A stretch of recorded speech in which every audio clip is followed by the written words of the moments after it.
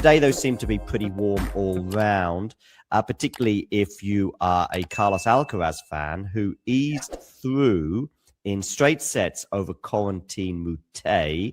Tommy Paul came through against Alejandro Davidovich Fokina, but came through is, I don't know how to put it, because it was 6-1, 6-1, at which point Davidovich Fokina retired. He said he was feeling something throughout the match and couldn't complete it. So we're going to get Tommy Paul against Carlos Alcaraz in the next round.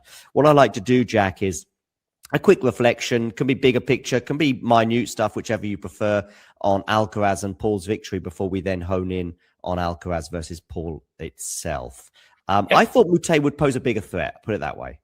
I don't think he was going to pose a bigger threat. I think obviously he's an informed player.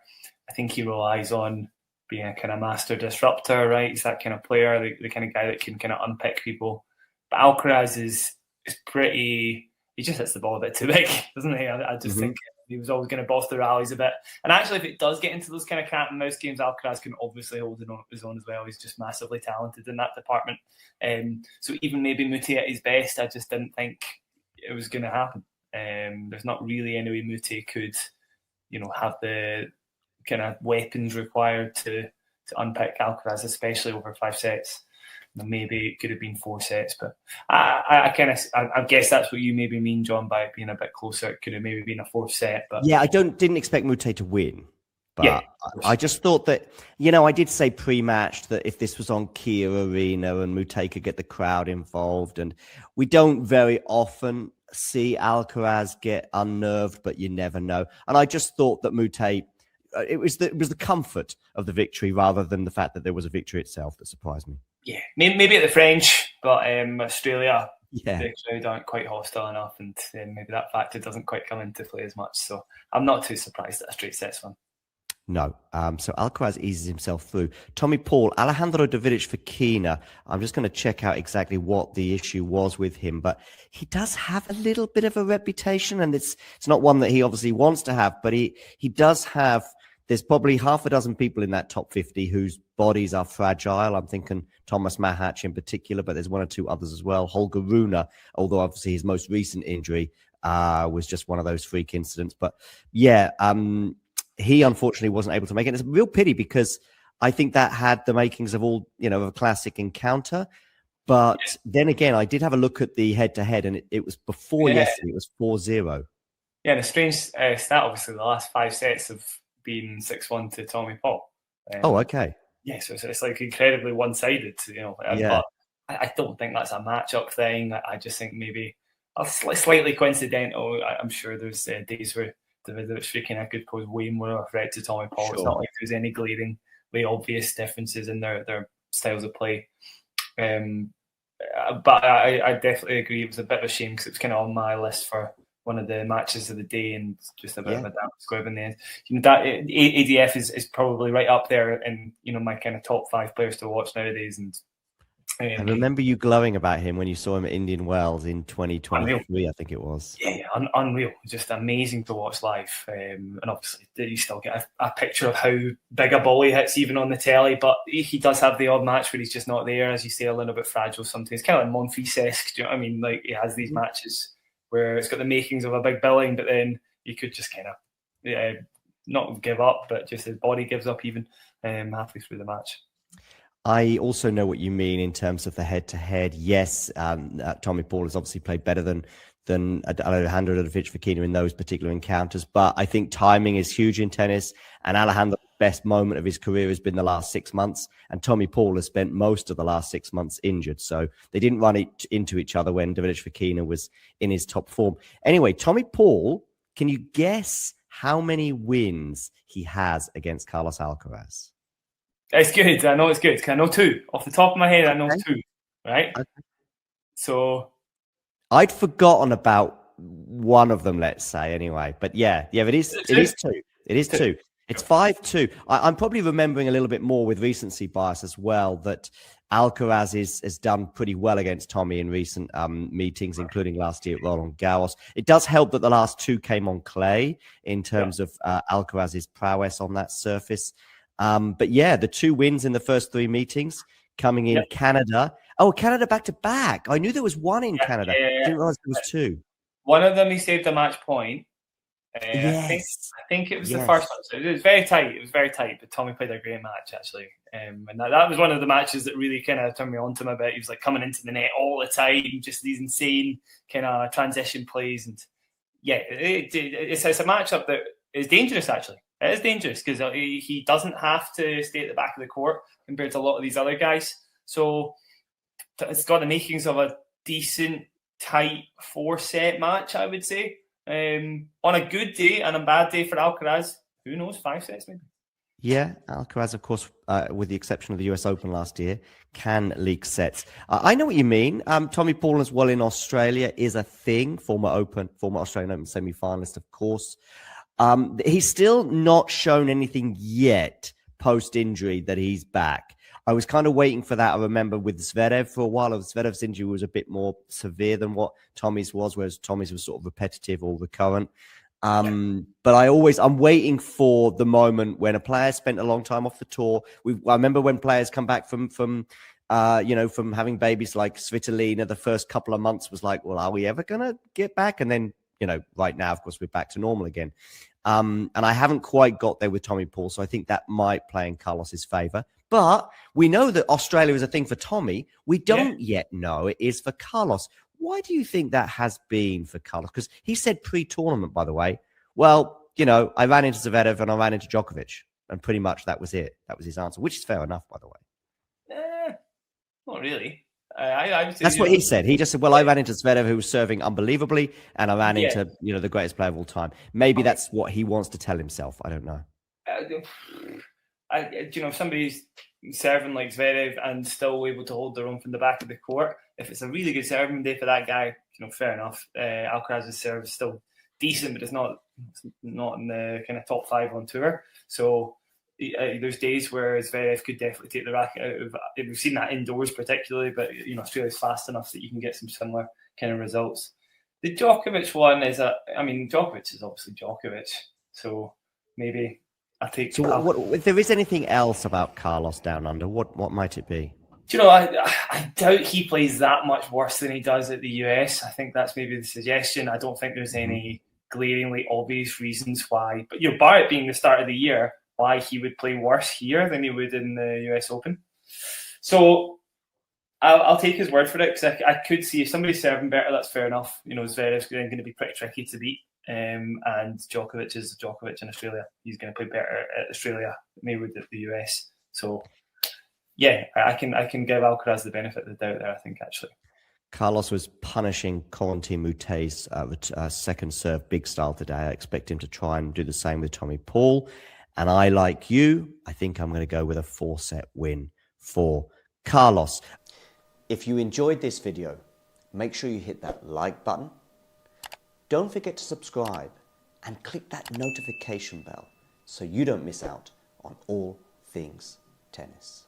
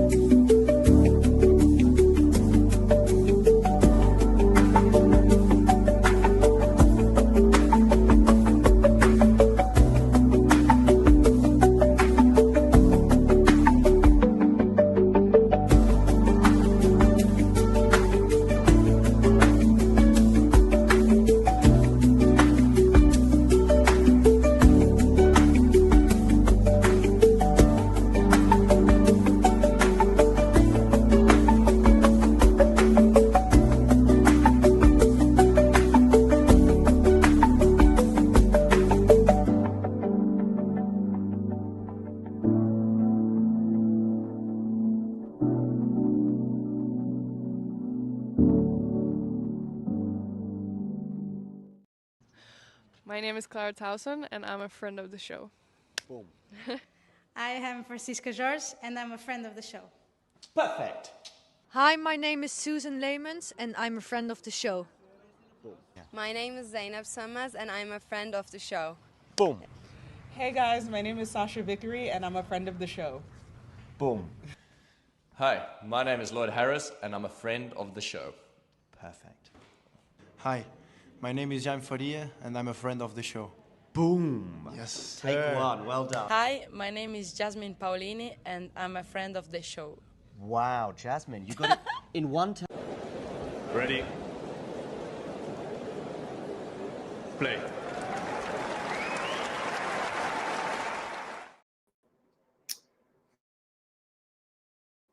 All right, talking tennis community. We got Tommy Paul. We got Carlos Alcaraz coming up momentarily.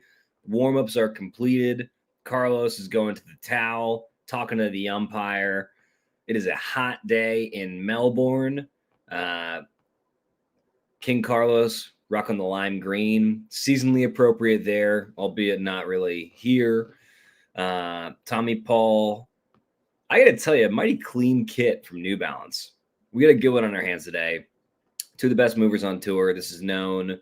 I think the odds say that Alcaraz has a 75% chance of winning. It feels more like a 95% chance of winning. But Tommy Paul is someone who can push him, somebody who can take it late. He's got a couple wins against him. I would be flabbergasted if Carlos loses today, but we are in store for a mighty good match as we are underway. Carlos with a let on the first serve, gets a new ball. So we are not underway, but I guess we're underway. But now we're back to being underway. Here we go. Carlos ready to serve. Woo! Big serve up the middle. So much bite on that. I think Alcaraz posted a while back, am I a serve bot? Or joking that he was a serve bot. And while certainly he's far more than that, his serve has just gotten lethal with each passing year. Jake Davies, welcome to the chat. Hey, buddy.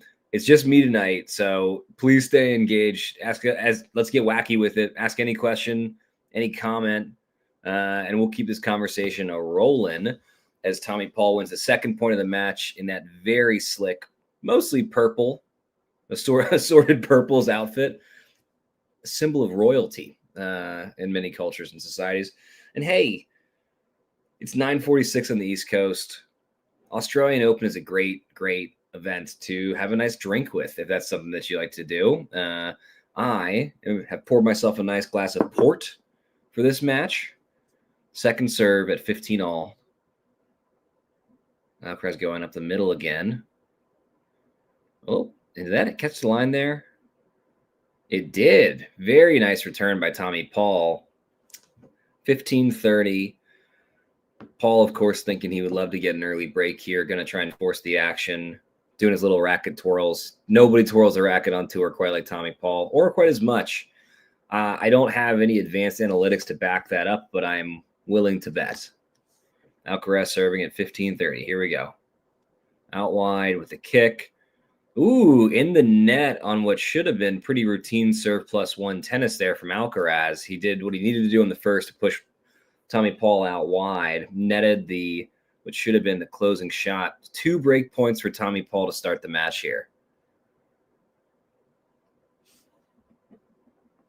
All right, take a drink anytime there's a break. We'll hold off on break points. There might be too many of those. Another serve up the middle there from Alcaraz into Paul's backhand. Paul absolutely mashes a backhand up the line. Cheers. Oh, nothing quite like a good port. I'll tell you, though, that backhand was almost as smooth and delicious that Tommy Paul just hit. Look at that.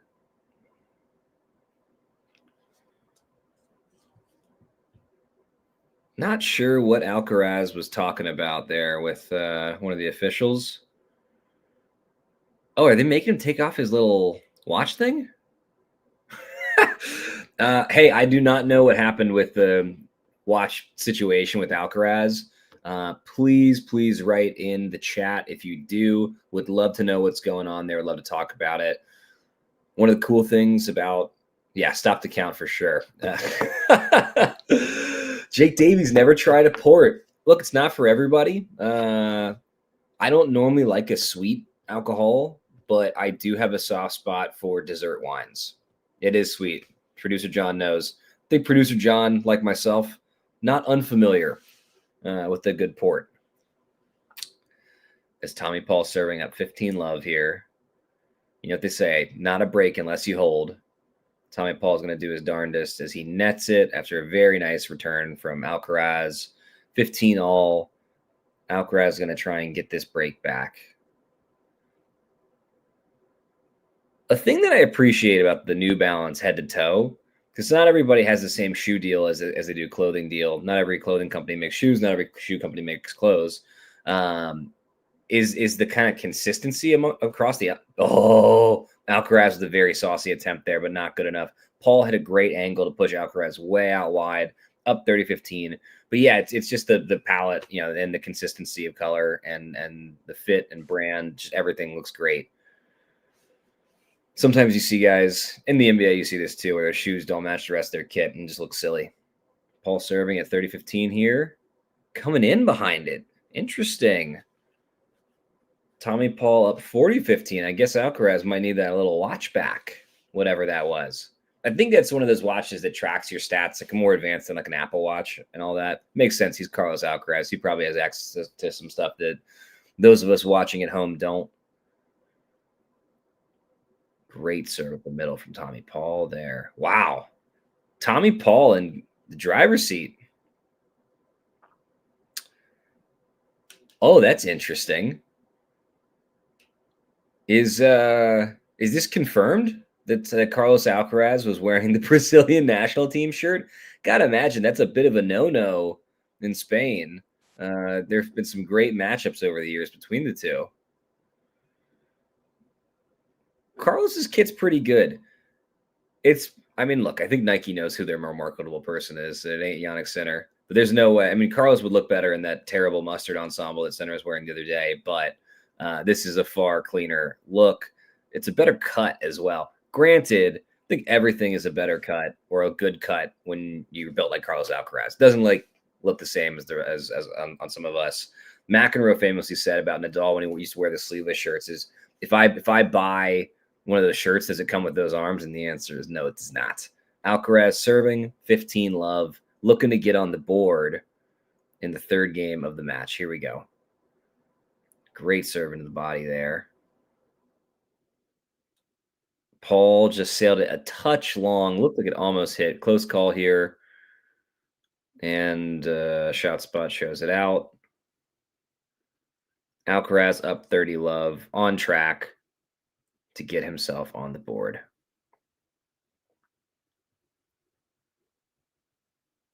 If you can hear some pitter patter in the background, it's because in North Carolina we are at the beginning of what is going to be allegedly one of the weather events of the century, and perhaps the biggest the biggest winter storm in my adult life, maybe my life period.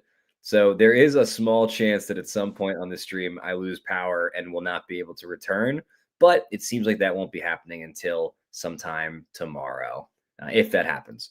Alcaraz now up 40 love, about to get on the board. I think I'm going to open up the blinds behind me so viewers at home can see this if they like. Oh. Let's see. Oh, I don't think it's going to be able to see through. Well, we'll get that sorted out in technical for the next one, for tomorrow night, when it will still in all likelihood be snowing. Great serve there from Alcaraz. Great backhand. Moving Paul around. Ooh, going behind him there, getting in. Did he miss that volley? It looks like he did. Yep, Alcaraz played a great point, really moving Paul around the court well, but Paul just has remarkable footwork. Alcaraz misses a ball that he shouldn't have at the net there to make it 40-15. But this is one of those things where on a hot day, you just never want to write off Tommy Paul. He's from the Carolinas, not quite the same climate as Australia, but hot and humid, and he is certainly in all-world shape. His real strength, like Leighton Hewitt, is his feet. Paul sails one there. Alcaraz gets on the board, 1-2. Paul will be serving after the changeover. So for folks that are watching along, it's not a good one to lurk. Hop in here. Ask any questions. Share any predictions you've got. Jake Davies, predictions. I think Alcaraz in 4, but I'm going to be honest with y'all. I'm rooting for Alcaraz. I'm rooting for somebody in 3. So whoever wins this first set, I am in the bag for them, because I want to be up for, at least, to watch some of the people's match of the night. And that is, of course, my close personal friend, Lerner Tien versus Daniil Medvedev. Have me and Lerner Tien met? No, we haven't, but I could just tell we would get along. Big fan of the young American lefty.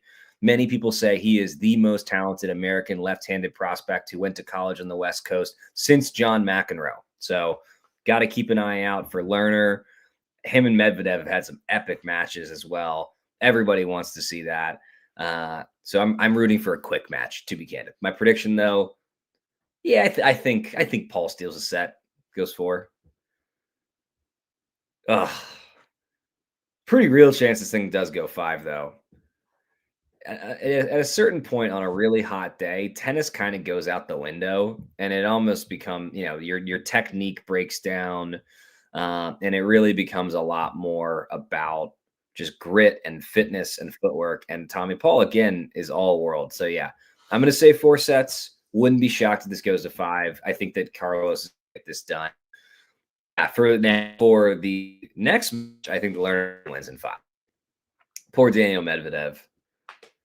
Kamal on Twitter at Zem00 says Tommy Paul might defeat Alcaraz. Hey, yes, he might. I might dunk a basketball, but I wouldn't bet on that either, just as I would not bet on Tommy Paul this evening. Jake Davies, you might not be around for all of it, but we appreciate the time that we've got with you.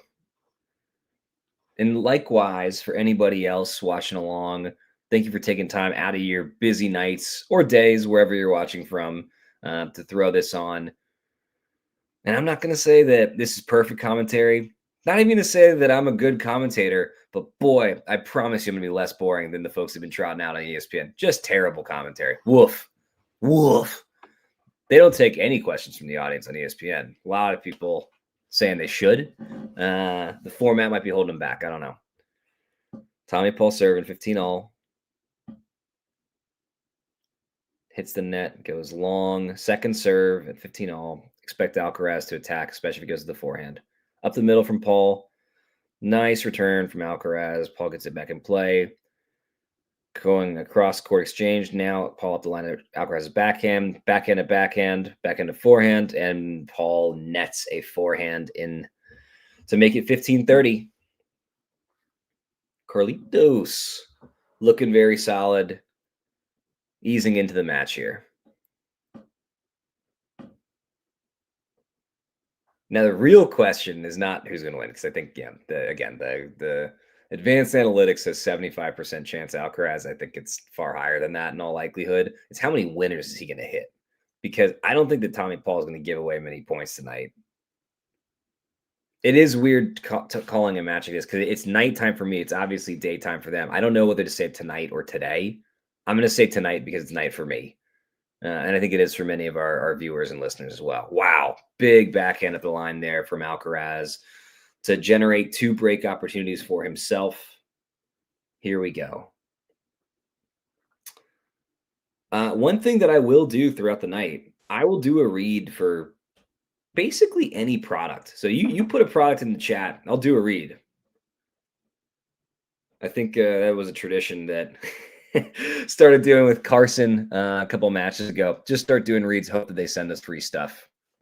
Burt's Bees, there will be a read coming later on this match. Nice return there from Alcaraz. Pushed way back by Paul, going cross-court forehands. Alcaraz takes a very aggressive swing up the line and misses on his first break point. I don't think there's a coach in the world that would say that's a high percentage choice and that would encourage that. I did catch some of Sabalenka and Boko. Gotta tell you, Sabalenka looked pretty darn good the first 75% of the match. Something just kind of went awry at the end of the second set. And then Sabalenka wins Sabalenka in the tiebreaker, looking very, very strong. And Boko is quite a prospect. Wow, as Paul rips an inside-out forehand to eliminate the second of 2 break points. And now we've got our first deuce of the match. Producer John asks in the chat, what are my favorite sports away from tennis? Well, so I always love basketball. I love, grew up in Chapel Hill, North Carolina, college basketball hub of the world. Oh, wow. Big cross-court forehand there from Tommy Paul. These are some electric exchanges so far. Paul now with the add in to get up 3-1 here. I'll come back to those favorite sports away from tennis after this game. This is a big one. As big as a game can be at 2-1 in the first set. But for Paul, he's really, really got to get this set. And he's got another game at least. Tommy Paul up 3-1. Basketball, though, is one of my favorite sports away from tennis. I passively enjoy, we call it soccer, but most of the world calls it football during the World Cup. That's always nice.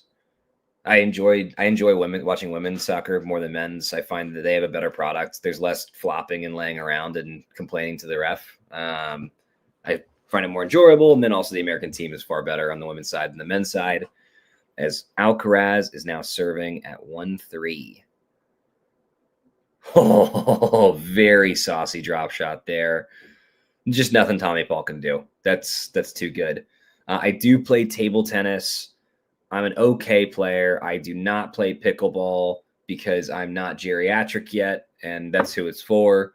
I have drunkenly played darts a couple of times in a bar. It's less popular stateside than it is abroad. I am a huge fan, however, of Luke Littler, who might be the most dominant teenage athlete alive today. And for dart watching listeners, I'd love for y'all to weigh in on that take, as Alcaraz is up to a quick 30-love lead. Look at how much perspiration is already on Tommy Paul's shirt there. It's a hot day, folks. Here we go. 30-love. Solid return there from Paul. Is there in a prolonged exchange here? Paul sails a forehand wide. Alcaraz now up 40-love. Yeah, so both players on the deuce side have really been aggressively going body and backhand. Now you've seen, you'll see primarily in the first serve, it's either the flat or the slice with just a little bit of bite to it. And then Alcaraz is going heavy on the kick. Second serve up the middle there. Let's see if that pattern continues as the match goes on. Great serve +1 tennis there. Alcaraz, easy hold, 2-3. He's clearly settled in and it's found his game very, very quickly. I agree with Jake. Yeah, I think I don't know. Some of these athletes, look, their day job isn't the thing that's gonna make them the most money, right? Like if you build a huge Instagram following, that's the thing that you make money from after your career is over, and you can do that indefinitely. And so the incentives aren't just be good at the game. There's a lot of other stuff, a lot of other pressures put on them. And tennis players experience the same thing to some extent, but the amounts of money thrown around for like, a top 50 soccer player versus a top 50 tennis player, they're just not comparable. Basketball is the same way. I mean, you get people who aren't even starters making, tens of millions of dollars a year. And that's not a bad thing. Look, they have a rare skill set. They make people happy and with the entertainment they provide, and they inspire people to push themselves athletically. Athletes are not underpaid. I think go ahead, get your money. But definitely, the more money's involved, it creates a different set of incentives. It's why also it's absolutely disgusting the way that these gambling companies are glomming on every pro sport. Then you have to watch 76 friggin' DraftKings commercials between every changeover. It is another set of incentives being created that is ultimately undermining the core products in every major sports league in the world. And when a scandal drops that is damaging to the integrity of a sport or sports plural, they did it to themselves. It wasn't the players. All these leagues partnering with Bet365, DraftKings, FanDuel, whatever. You get what you get. Hey, on a brighter note, though, Talking Tennis just hit 21,200 subs. Let's keep that momentum going. We'd love to hit 22,000 by the end of this thing. Some really, really great rallies so far. Pretty high-level tennis. Both players spraying it a bit more than they should. I think starting to get settled in. Look at these angles on the backhand side there. My goodness. As Alcaraz sprays that last one long. Paul up 30 love. 22,000 Talking Tennis listeners. 22,000 listening tennis folks by the end of the Australian Open. Wow. I don't know what jubbly means, Jake Davies, but boy, is that a fun word to say. Tartalon says Paul wins this, by the way. Tartalon, I don't agree, but boy, that would be a big win for Tommy Paul, big win for American tennis if it happens, as Alcaraz absolutely mashes an inside-out forehand just a little bit wide as Paul now is up 40 love. Tartalon, tell us why you make that prediction. What do you see? Is that something that you're seeing out of Paul? Ooh. I got to tell you, shot spot or whatever, Hawkeye or whatever. Woo, mighty close. Nice flat serve out wide there from Tommy Paul to go up 4-2. Big ace. Tartalon, yeah. So the advanced analytics at the start say 75% Alcaraz. The Talking Tennis community says 84%. Goes 84% for Alcaraz. And let's see what Tartalon says. Paul has been absolutely brilliant. Agreed. Yeah, no, he's fresh. He's playing great. I think this is his best major. I think that the assumption is that Americans' best major by default is going to be the U.S. Open, but I think Tommy Paul in particular has the style and game to really bring the heat in Australia. All fair points. I still think that Alcaraz is just simply too good right now. But hey, we're going to see. Tommy Paul said something interesting earlier. He said that if he was doing it all over again, he would have gone to college. He would have gone to the University of Georgia, where my wife, Dr. Sarah Cunningham, went for her undergraduate degree. It's a great university. John Isner, a bunch of good American tennis players a bunch of good tennis players, period, have come through the University of Georgia. That is an idea. Alcaraz with a signature drop shot there to go up 30 love. You're seeing more and more players come through college. And that is something that was really, really out of style for the bulk of my childhood and in the time leading up to it. Ben Shelton was asked about what it is about college that makes players kind of have a good record on the pro tour, what translates well. And he said, college players are dogs. And it's true. There's nobody catering to them the way that they are, when you're a top 100 player. You have to be part of a team. You have to make sacrifices for the team.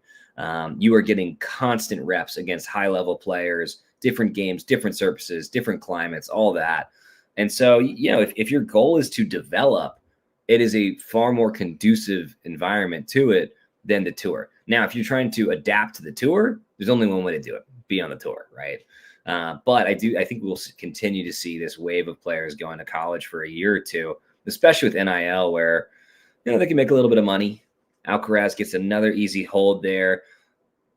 3-4. Tommy Paul serving at 4-3. Moving along quite quickly in this first. 22 minutes in. Not a ton of pressure points other than that first break, and then Alcaraz taking it to deuce. Let's see if that changes here. Tommy Paul with 3 aces. Alcaraz with 0. Would not have put money on that.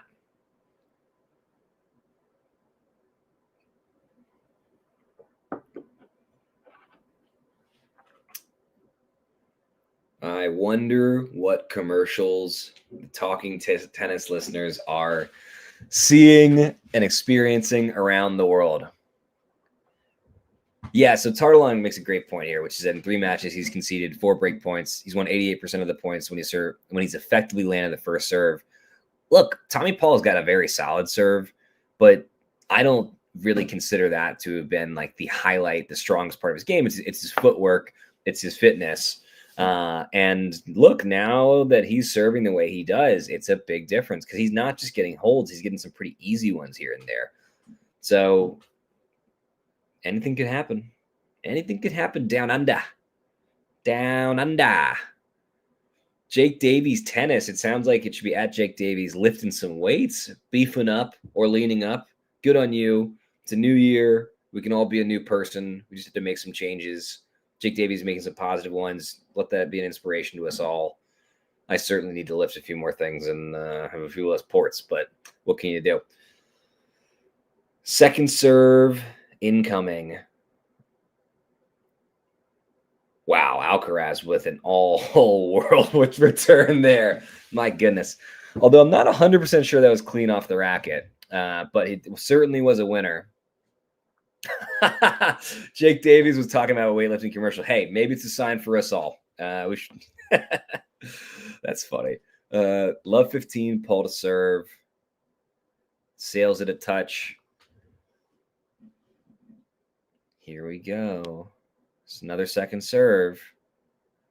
Alcaraz an aggressive backhand cross-court return. And another winner. This time he goes backhand cross-court winner. Love 30. Alcaraz seems to have raised his level of gear. Just 2 absolutely vicious winners.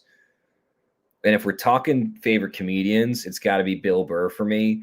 And I think that this next one, forgive me, I think that he had a certain strain of material that got tedious and was not particularly funny and at times was downright nasty. But I do love Dave Chappelle still. There's a couple topics that I am uninterested in hearing any more of his thoughts on. But he is one of the great comedians of our time. As we are now... Ooh, that hit. It did. Point still going. This is a great rally here. Now kind of going up the middle, reset the point. Alcaraz goes cross-court. Cross-court. He's just running, Paul. And he misses in the net. Alcaraz had opportunities in there. He put Paul in the defensive and he netted his backhand. 15-shot rally there. One of the strongest of the match. Jake Davies, Frankie Boyle. That's a name I haven't heard in a minute. Yeah, I used to watch, and this is not, because I still have some family in the UK, I've been a fan of Mock the Week for years. Frankie Boyle, especially in the early episodes, my goodness, would he cut it up? Would he mix it up? Also, young John Oliver in some of those early episodes. Also, in some of those early episodes, a young Al Murray when he first developed that pub landlord routine, which I've always thought was a pretty good one. Okay, 30 all. Alcaraz got off to a hot start this game. Hasn't done what he needed to these last 2 points. We're seeing maybe a touch of ADD Alcaraz here in this first, as we're accustomed to. I did not know that Andy Murray appeared on Mock the Week after winning Wimbledon. That's really cool. Really, really neat. Wow, great return there from Alcaraz. Paul extending the point, but this is going to be an easy smash here. And there should be a souvenir for some lucky fan, but in tennis, you got to give the ball back. Only ball sport I'm aware of that makes you do that. I recognize the why, pressurization, blah, blah, blah, blah, blah. But I don't know. We should let the fans keep the ball, right? Alcaraz with the break point to get back on serve. Tommy Paul steps up to the line, only making 50% of his first serves. Going to want to see that number tick up here a little bit. I think that's why this game's gotten difficult. He's missed too many firsts. And he sails it. So his first serve make rate dips below 50%. Second serve, Alcaraz will look to pounce. Out wide, Alcaraz goes cross-court backhand. Up the line, backhand from Paul, and that's just too good. I mean, Alcaraz hit an excellent cross-court backhand return, but he was pushed so wide that Tommy Paul then executed a more or less textbook up the line backhand there, and Alcaraz could barely get his racket on it. That's just great tennis from Tommy Paul. That's the kind of stuff that makes Tardelon say, hey, Tommy Paul could win this thing, and frankly, if he keeps it up, he could. Yeah, Jake Davies is right. Paul's backhand has been very good. It's such a compact, clean motion. Simplicity is oftentimes the answer to many things in life. It's also the answer to many things in tennis. You don't need to be doing too much. Just a good, clean, smooth backhand. Wow. What a return there from Alcaraz at a full stretch to generate another break point. Absolutely mashed a cross-court forehand. Break point number 2. Paul looking a little irritable there. I mean, he did what he needed to do on that serve. Alcaraz just, absolute, full extension, crushed the ball. Not that many people alive can even hit that shot or would even bother to attempt it. Alcaraz with another break point. Here we go. Oh, and Paul with another miss on the first serve. Second here. You can feel Tommy Paul's frustration with the make rate right now. He kicks it out wide. Got a little rally here, and Paul nets it. Alcaraz gets the break. We are back on serve. Alcaraz in 3, folks. Look, at this point, if you're anybody other than Jannik Sinner, you simply have to win the first set against Carlos Alcaraz to have a shot in a major. There's just no one else that can win 3 out of 4 sets in a row against Carlos Alcaraz. Jannik Sinner, that's the only one. Maybe just because he's the GOAT, I won't discount him. Maybe Djokovic has one more in it. Maybe. Jake Davies, yes, I do. I absolutely, I greatly enjoy the WTA. A lot of personalities, a lot of varied games, a lot of fun. Alcaraz mashes another forehand winner there to go up 15-love. The WTA's got a great product. I think I will tell you one thing I did not watch, though, which was the Battle of the Sexes, because that was just a waste of everybody's time. I don't know. I mean, I know that they want to get paid. Outside of that, just I don't know why they did that. I don't know why they did it, where they did it. I don't know what the point they were trying to make was. Kyrgios is not my favorite, and I'm sure that he will be annoying about that for the rest of forever. Jake Davies says he watched it and gained nothing from it. It was utterly pointless. That feels about right. As now it is 15-all. Alcaraz making 85% of his first serves. Remarkable. They were trying to get more eyes on tennis. I wish that athletes and comedians and celebrities would say, I was trying to get paid. It was an easy way for me to make a lot of money, so I did it. And stop trying to make it like they're doing a good thing when they're obviously not. Great rally here. Like some big forehands being exchanged. Wow. Now so going back and forth on the backhand side. Backhand exchange continues. A slice at the middle from Alcaraz, and Tommy Paul can't handle it. Bit of a shank there. Look, for rec players, throw in a slice when you can every now and then. Something I deploy from time to time that served me well over the years. I think it does for almost anybody that uses it. Look, even at the pro level, when you're getting used to a nice heavy rally ball, and then all of a sudden you got to bend your knees a little bit more. There's a little bit of action, side action on it like that from Alcaraz. Takes people out of rhythm, particularly on a hot day. Now, Tommy Paul's not going to miss a ton of shots because of fitness and footwork, but basically every other human being in the world who's not a professional will. And oh, there's a break, and I didn't have a drink earlier, so let me just take a quick sip. Alcaraz serving at 30-15, second serve. Kick into Tommy Paul's forehand. Oh, and a bad miss there on Alcaraz coming in behind a backhand. This has been an interesting set. I mean, some high-level tennis all around, for sure. But also some moments of sloppy play, and I think we can probably attribute that to just how ridiculously hot it is. At this point, Tommy Paul has a small patch of dryness on his shirt, but has more or less sweat through the entire thing. Alcaraz seemingly doesn't sweat. I don't know how he glistens, but he doesn't sweat. Let there, gonna have a second first. First, second first. It's a first serve. 32 minutes in this first set. 4-all, 30-all. As close as it can possibly get at this stage of the match. Oh, and another let. Hey, let's see if he does a third.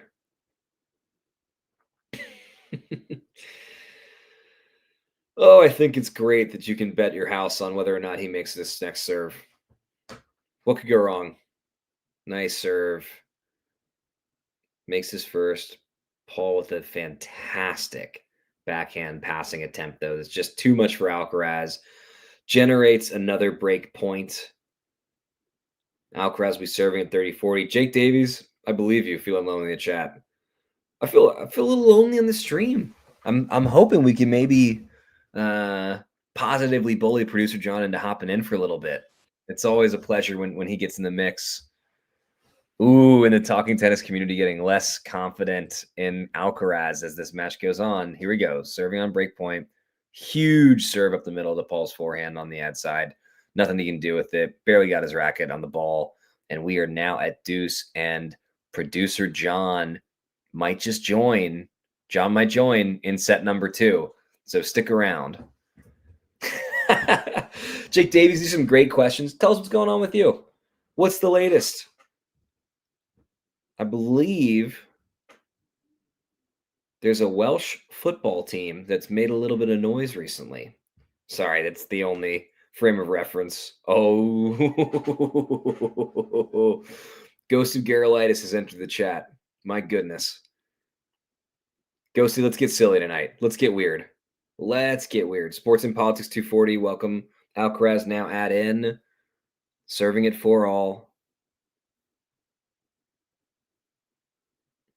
Not a great attempt into the net there. Second serve from Alcaraz. Kick out wide, and it's just too much. That was a very aggressive second serve attempt from Alcaraz.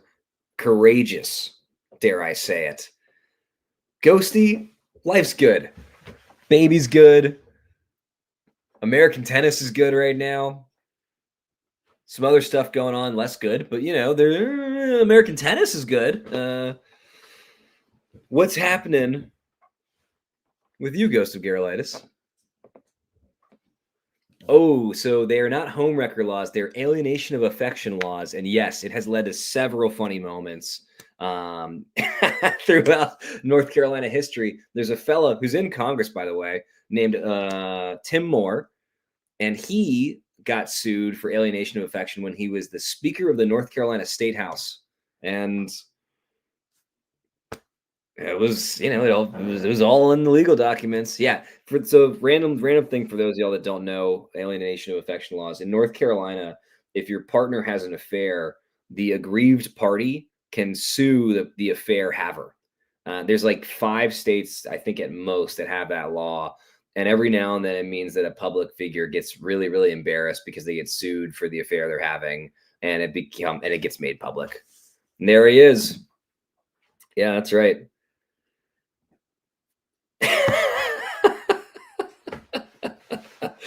That's one of our Congress people, Anyway, Alcaraz up 5-4. We are on serve for the first time. Oh, no, for the first time. We're on serve. Paul's got to be feeling the pressure now at 4-5 here. Let's see what he does with this serve.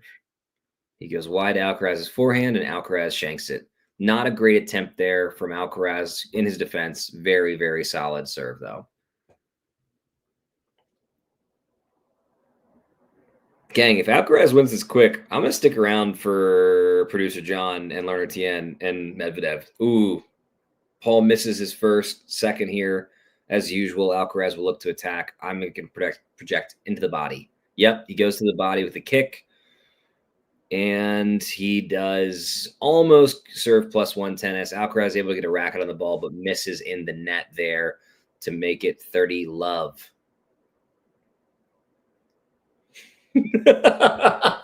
I just saw Jake Davies' comment. State of Timmy Moore makes me feel better about myself. Hey, that guy's a congressman. Like, you know, is anyone can do anything if they set their mind to it. Yes, and Paul is absolutely looking professional from top to bottom. A player who took a little bit longer to figure out what professionalism required and meant.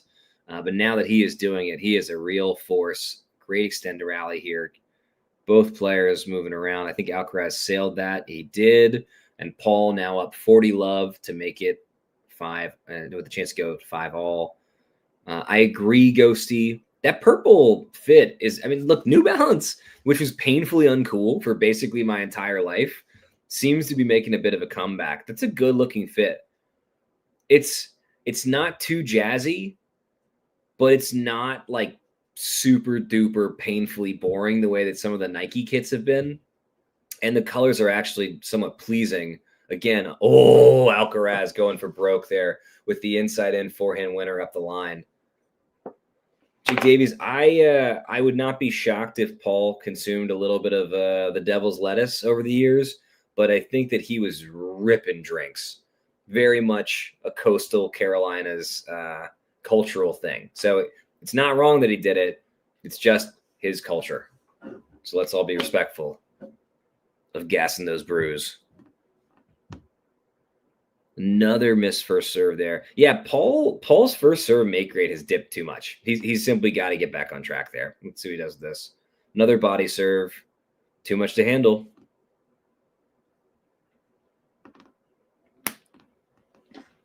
In all seriousness, go see. I mean, maybe you know about this. The coastal Carolinas culture is very drinky. Very, very, very. Played a couple tournaments out there, and they tapped the keg at 11. It's crazy. Another thing, my wife has observed this a few times. You'll have people that on the coast, they will literally play tennis in like pearl necklaces. It's like very prim and proper, while simultaneously, putting Chardonnay in the water bottle for your noon match. Great serve there from Alcaraz. Not enough for the second ball, though. Able to attack a short ball the time Paul gives him, and Paul sails his backhand cross court just a touch wide. Alcaraz up 15 love. Not a ton of time in the Outer Banks. Get out there every couple of years. Going to bring the little man out there. Hopefully probably this fall. There's some inland coastal stuff in North Carolina, like New Bern, that is absolutely lovely. Former state capital, a lot of people don't know that. Alcaraz with a dropper. Paul gets there. Alcaraz with a lob volley. Oh, good. Oh, and that's just too much. God, Alcaraz makes it look so easy. Yes, Ghosty. Paul was up 3-1. He got the break in the first game of the match. Alcaraz took a couple games to settle in, missed a few shots early, and Paul's first serve make rate was really good, and now it's not. It's dropped nearly 20%. Baby Archie is doing great. He is 2 years and 8 months away from starting tennis lessons. Gosh, anybody that watched the Jovic-Putin-Seva match, can you tell me what happened? Because a bagel and a breadstick. Putin-Seva was feeding the crowd, and she got fed in this one. Wow. I'm not even going to attempt to describe the point we just witnessed because it doesn't do it justice. Just the weapons that Alcaraz has at his disposal. The places on a tennis court that he can hit a winner from effortlessly are unparalleled. Wow. What a shot. What a point. That'll be in the highlight reel. Oh, ye of little faith, talking tennis community, thinking Daniil Medvedev is going to beat the next great American tennis player, Learner Tien. Get out of here. Learner's got this. Alcaraz serving at 40 love to take us to a changeover. Paul letting it fly here. Ooh, that bad overhead attempt there, but he's going to get away with it at the put away backhand volley. Paul kind of laughing, knowing he got away with one on a weak overhead attempt. Be curious what the chat thinks about this. I actually think Tommy Paul needs to flatten his ball out just a little bit. I think he's putting more spin on it than he should.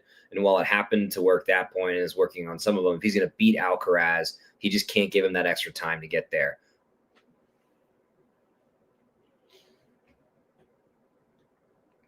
And Jane2592 has joined the chat. Welcome. Yes, Ghosty, I do think there's just a touch too much shape, particularly on the forehand side to Paul. Now, the backhand, which looks spectacular from Paul, he's flattened that out quite a bit. Alcaraz serving at 40-15, second serve. Let's see what he does here. Another body serve. Yeah, both these guys go on body quite a bit. Especially on the ad side. Not a crazy thing to do. I think it's because they're such great movers, against players who are just, merely average pro level movers. You take them out wide, get that serve +1 just a touch more. But both of these guys can just cover so much ground. So I think they're really trying to jam them up rather than give them space to extend their arms and start the point. Where is Nerland? That's a good question. Alcaraz up 6-5. The producer John kind enough to show some of the scores from around tennis right now. Sabalenka in straights. Some good doubles happening. Folks, got banned from r/tennis recently because I argue with the mod, and we don't say this enough.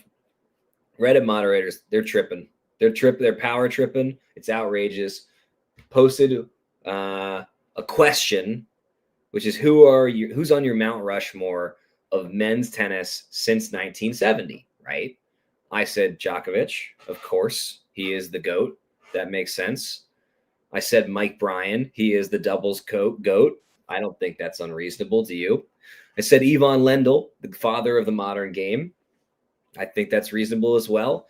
And then I said John McEnroe because he got the most. I mean, when you combine singles, doubles, and then Masters Tour, Senior Tour majors, he is also unparalleled. And the mods, they pulled my post down. And so, question to y'all: who's on your Mount Rushmore? Your top 4 of men's tennis players since 1970? I also think this is controversial. Clearly, the Reddit mods thought this was the case.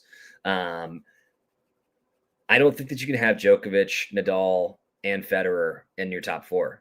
I think that the idea that 3 of the best 4 players of the past 60 years all came from the same era is probably just wrong. Alcaraz not doing nearly enough with that serve there. Shankopotamus, 15 all. I'm sure both players are feeling the pressure right now, but I'd certainly rather be Alcaraz, who's already held. We are 3 points away from a tiebreaker or 3 points away from set number 2.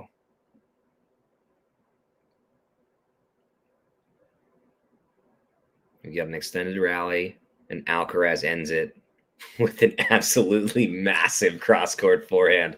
And you'll notice hardly any shape to that. Just cut right through the court, flattened it out. Look at this. There we go. Yeah, really flattened that out. 177 kilometers an hour. Don't know how fast that is, but it's clearly very, very fast. Well, I know how fast it is in kilometers. I just don't know what that actually means. Ooh, Ghosty putting Arthur Ashe and Agassi on the Mount Rushmore. I can see a case for both. Breaking the color barrier. I also think that Agassi really changed. I mean, the two-handed backhand is completely dominant now, right? The other great player of the era, Pete Sampras, had a one-hander. I think that his stylistic impact on the game, both fashion-wise and game-wise, had an even greater impact than just his wins and losses. 30 all, 2 points away from something. Wow, look at that movement from Alcaraz there to get to it. Look, and then Paul still handles it forehand inside out. attacking ball. And there's somebody in the crowd that I believe to be an influencer, and I think Tommy Paul's partner. One of my favorite things in tennis is listening to a geriatric announcer describe what it is that the partner does for a living when they're an influencer. They never get it quite right. But also, does any of us really know what that means? I don't. Ghosty, unfortunately, you cannot put the big three together. That's just not how Mount Rushmore works. You got to make a tough call. You got to make a tough call.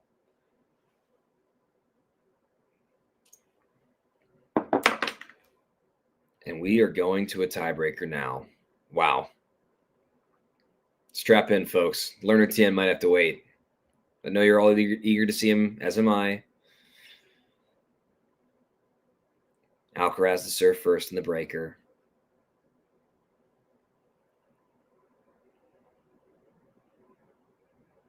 He doesn't even look that sweaty. I mean, it's crazy.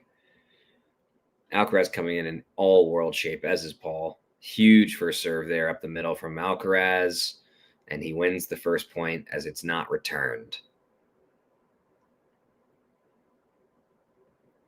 1-0 Alcaraz. Paul to serve. I agree with Ghosty. I think that anybody that doesn't put Djokovic on their Mount Rushmore, it's just like, I mean, just disgusting Eastern European bias is the only explanation, I think, at that point. Paul kicks it out wide. Alcaraz starts the point. We're getting a little up the middle exchange here. Ooh, Paul barely makes an inside-out forehand. And Alcaraz on the run misses a forehand in the net that he should not have missed. He had quite a bit of court to work with there.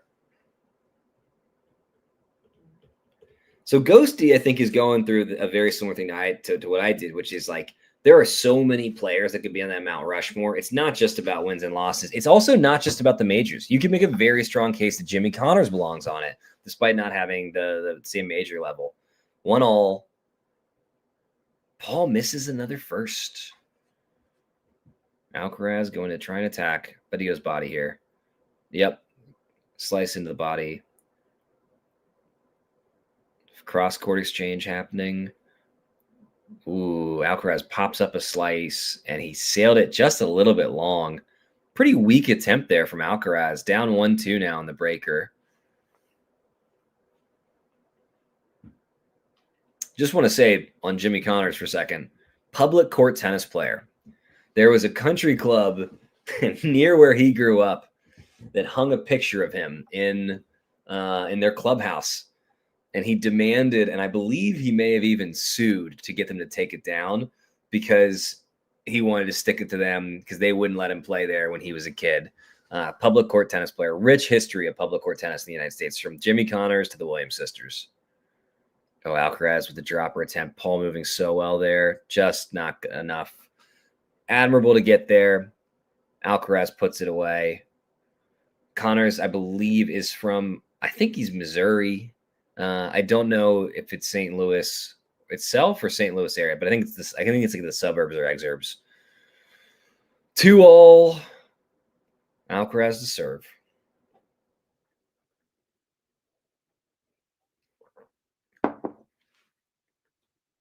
Big serve up the middle. Good return there from Paul. Alcaraz dictating the point. Ooh, leaves one short. Didn't leave that one short. Gosh, these guys are just covering so much court. They're just covering so much court. Paul sails it ultimately. Alcaraz up 3-2. Alcaraz with the mini holds. 13-shot rally there. Woo! Good level. Good level tonight.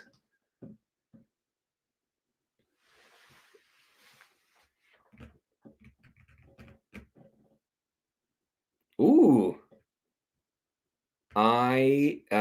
Ghosty, I'm happy to answer any question. I will, if it's a serious question, I will do my best to give it a serious answer. But also, if it's a silly question, let's have a little fun. So either way, ask away. I'm an open book. We're here to talk tennis, but we're not here to talk tennis exclusively. You know what I mean? Oh,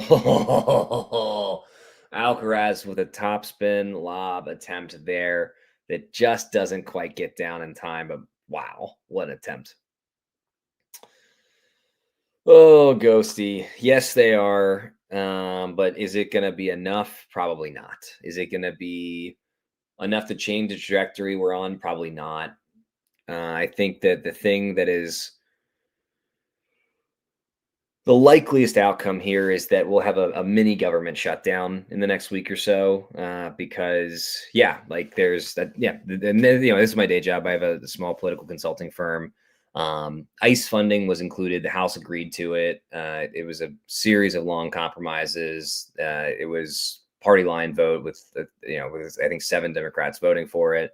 It was widely expected to go through, and I believe it was a British prime minister. It was not Neville Chamberlain. I think it was Harold Macmillan that said that events are the things that are the most important and shape things the most, or something to that effect. We had an event today in the United States, and in all likelihood, that is going to change the trajectory of that bill and maybe change the trajectory of the country and what's happening with ICE, but we just don't know. The midterms can help, but it doesn't mean they will. Now, back to the tennis. Events, dear boy, events. We're in the middle of a wonderful event, the Australian Open. No, all good. Thank you, Ghost. I love, as long as it's not bugging anybody. I love talking about the intersection of politics and tennis, and sharing my interest with y'all and hearing about y'all's interest. And Jake, thank you so much. I do my best to be an open book because I'm not a good enough commentator to be like a stodgy, kind of guy. Let's go back to the tennis. I will say, though, I did do a stream with Carson the other day. He is a Minneapolis resident. And so please, everybody, send Carson and everybody in Minnesota right now positive energy. There's some really, really bad stuff happening there. It's really, really scary. And Alcaraz is hanging out under this shade device. Gosh, I'd like one of those when I play. I want to know exactly how much this shade device costs. It's guarantee you whatever it costs is too much. Is there any way that we can pull producer John that whatever this shade device costs? I would love to do a Price is Right style guess on this as we seem to be delayed here in the tiebreaker. I don't know if there's a kerfuffle in the crowd. I don't know if it's just real hot and they want to give them a little break. They're looking at something. What's going on? Hey, somebody with the sound on, or someone, mute me and tell us what's going on in the crowd here, because something is amiss. I think. I don't know. Carlos is just standing around. Bit of a momentum killer. Not that either player has seized it, but somebody fainted. Oh, you hate to see it. Obviously wishing that person well.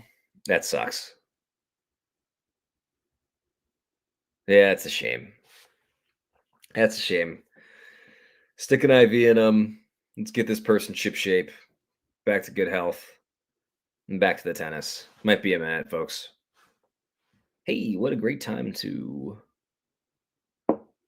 pour yourself a liquid IV. It's a hydrating packet that you can put in your water. And who doesn't want to stay hydrated? It's good for your skin. It's good for your soul. Not a sponsor of Talking Tennis, but they could be. And certainly, I'll shill their stuff for free. Think what I would do if they sent us some of it.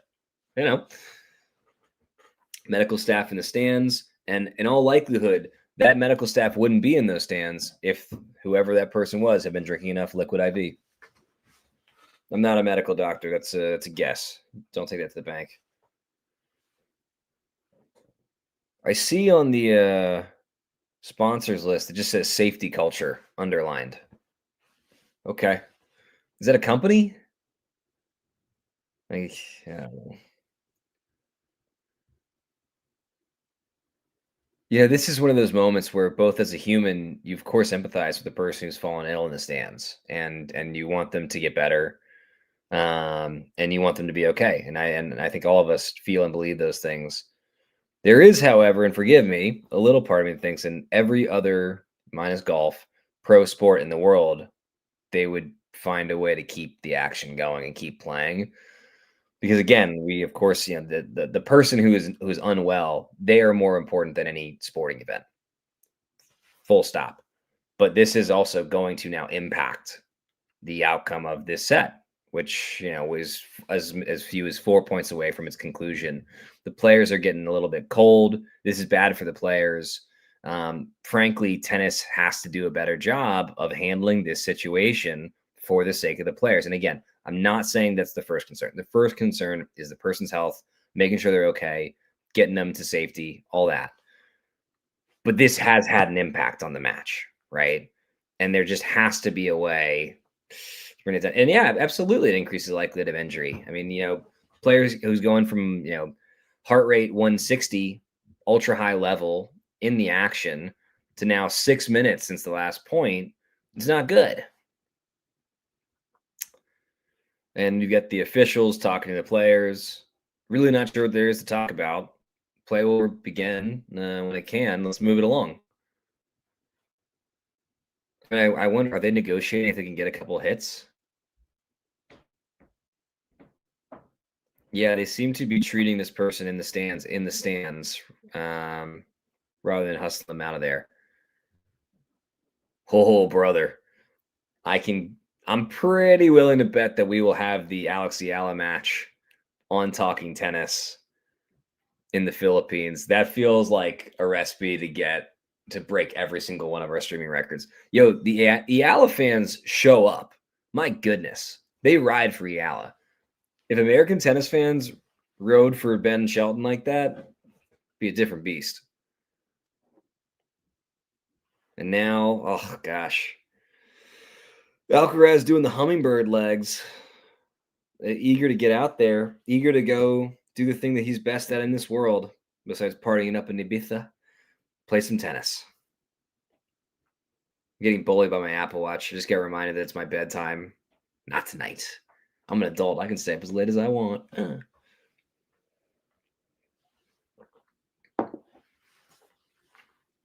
It's good to see those passionate fan bases. Yeah, Ghostie's right. Ayala, Sonmez, Fonseca. What was was it the Argentina Open that Fonseca made a run at last year? I think it was, but I know there's a tournament down in South America, and it was so fun. I think we need a little bit more energy in tennis. I think we need to let the crowd get a little bit more into it. I play tennis, obviously not anywhere near close to that level. I recognize that hearing the ball can impact kind of how you read it. It's a data point, and if the crowd's allowed to get into it, it takes that data point away. But if it's being taken away equally, it's kind of part of the game. So let the fans get into it. I actually don't think that they should count this stoppage time in how long the set goes on. I see why they do, but it does feel, because I don't believe they count the time between sets as part of it, do they? They should have like a different, I don't know. They should track this time differently than it is being tracked right now. Showing Carlos Alcaraz's gorgeous serve motion. And yeah, it is. I wish they were showing new tennis. There just isn't any new tennis because we're 8 minutes into a stoppage.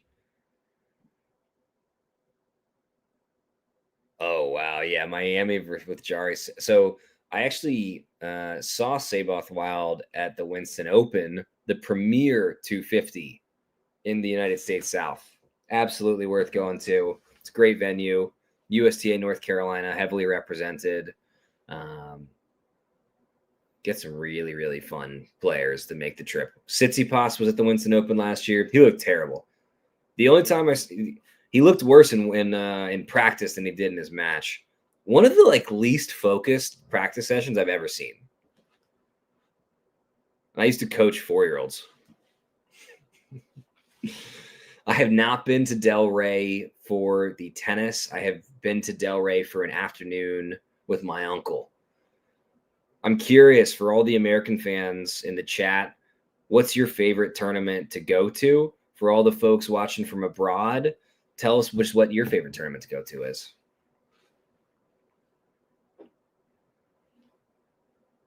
Estoril for producer John. Edwin Arroyo, great question. Somebody in the audience got ill. There has been a 10-minute stoppage as they are being attended to at 3-all in the tiebreak. This is a really, really tough situation for the players. Obviously, everybody wishing the person who's under the weather, not feeling well. We're wishing them well, but this is a 10-minute stoppage. So I assume they're going to let the players warm up for a little bit before getting back into it. I don't know that, but I would be willing to bet. Synergy Australia Asia. Jane, thank you for looking that up. If anybody can track down the price, I'm very interested. And go ahead, put in the chat what you think that thing goes for. I'm going to say that is like a 3,800 American dollar shade device.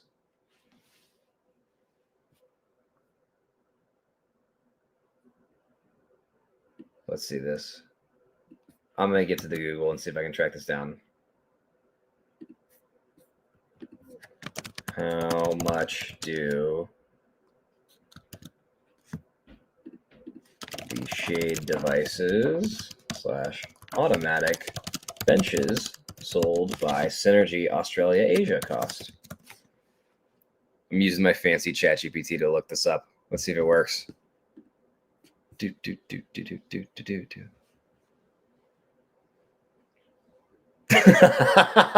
Jake Davies. That's bait. That's bait, buddy. That's good.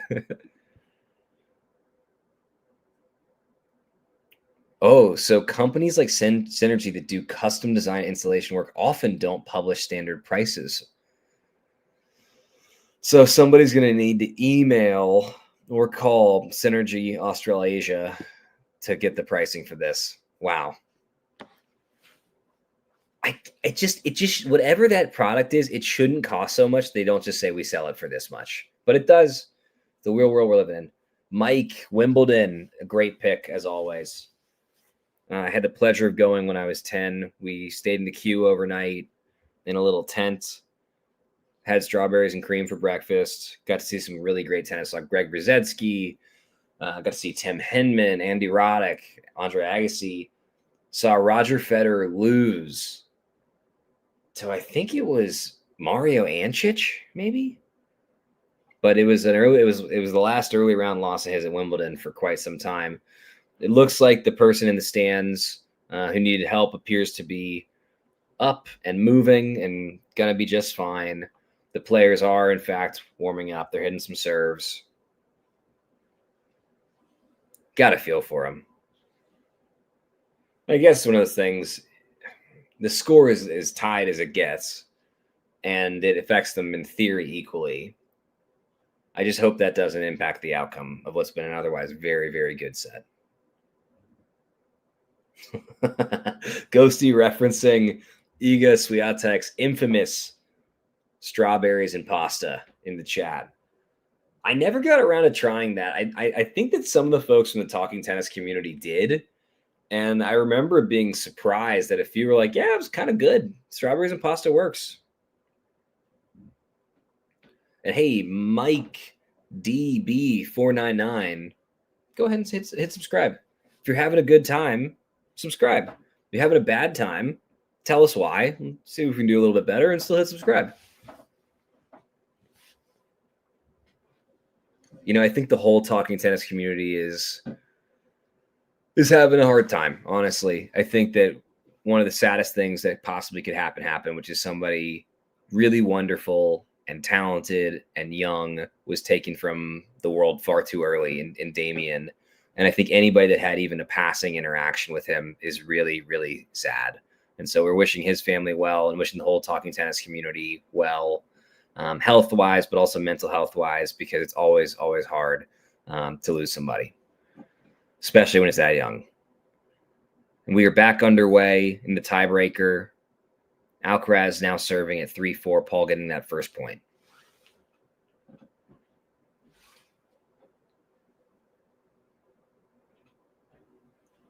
Alcaraz to serve. Here we go. Big serve out wide at Paul's backhand. And just gorgeous, untouchable serve plus 110. And that forehand roll where the ball's below the net, you have to get so low and you have to have so much whip Just something unimaginable to your club hackers out there. 4-all. Alcaraz trying to get the mini hold. Alcaraz a serve, bouncing the ball, locking in, misses the first serve. Second serve, Paul will look to attack. He hasn't gotten a lot of second serves this set. Into the body, decent attempt by Paul, big forehand by Alcaraz. Extended rally, Paul with a drop shot. Alcaraz gets to it, and he misses. Paul with the mini break, serving for the breaker at 5-4.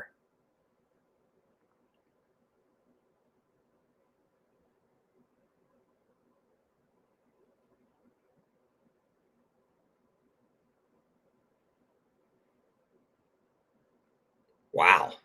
Tommy Paul 2 points away from being up a set against the world number 1, Carlos Alcaraz.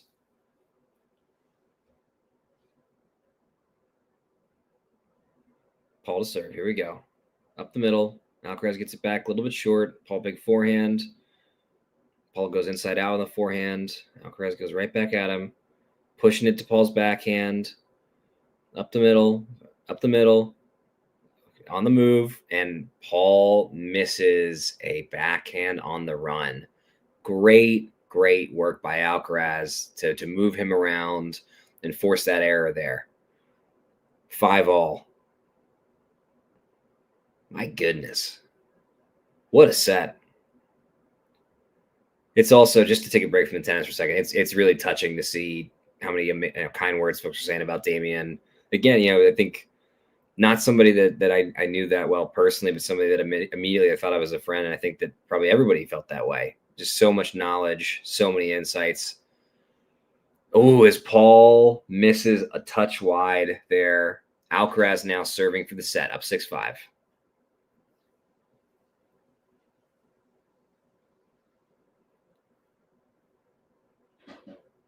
Huge point here. Let's see if Alcaraz can close this out.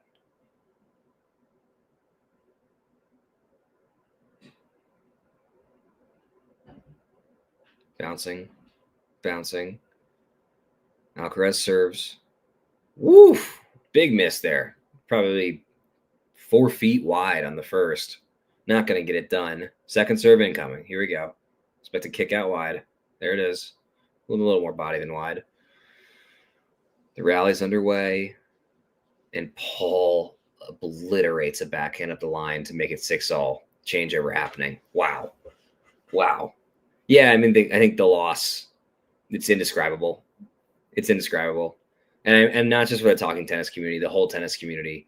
There's nobody else doing for the challengers what Damian was, and those shoes are just too big to be filled by any single one person. So I hope that many people will draw inspiration from his life and step up and step in and cover the challenge with the same kind of passion and dedication that Damian did.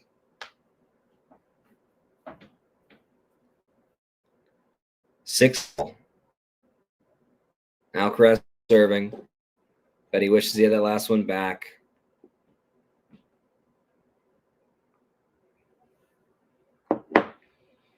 He goes up the middle, let.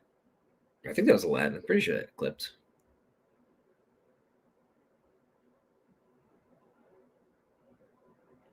Here we go. Another serve up the middle, another let. Come on, let's see if we can get a third here.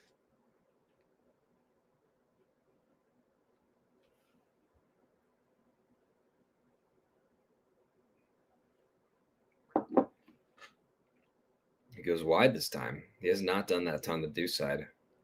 He's got Tommy Paul on the run. He's got an absolute gimme of an overhead, and Alcaraz puts it away, and I think into the stands there. Up 7-6. Paul now serving.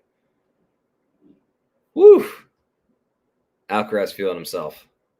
Another set point. So Alcaraz blew on his hand before hitting that overhead. Okay, I guess he is sweating then. I would expect a new grip in the next for the next set here. That's funny. Tommy Paul to serve. Here we go.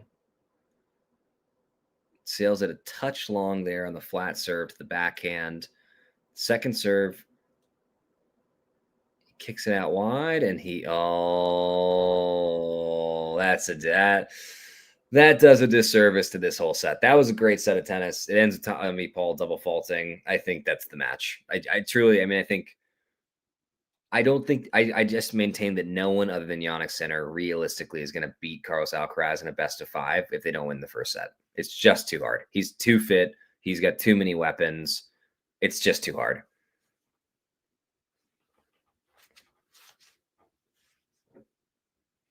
And set 1 in the books. Yeah, go see it. No kidding. Yeah, sorry. We are kind of ping-ponging back and forth. Is it literally the match? No. Is it metaphorically the match? Is it functionally the match? I think it is. Yeah. I mean, Talking Tennis community was saying somewhere between 78 and 85% chance Alcaraz was going to win. After winning the first, I'm very curious to see where that goes. Can't imagine people feel better about Tommy Paul winning. Now, Tartelon did say Paul could win 3-1. Maybe he goes on to win these next 3. Wouldn't bet on it. Yeah, I agree, Ghost. I think he probably needed the first set. I also agree. Jake probably wouldn't have been helpful if you heard my commentary. Although I don't believe that his box has denied listening to Talking Tennis. So there is a very real possibility that we're being beamed directly into the box. Forgive me, folks. I'm going to take a quick bite of a David bar, which is not very good, but it is high in protein. And if they say 3 ones, I'll eat them. John, welcome. Let me just plug my mic in.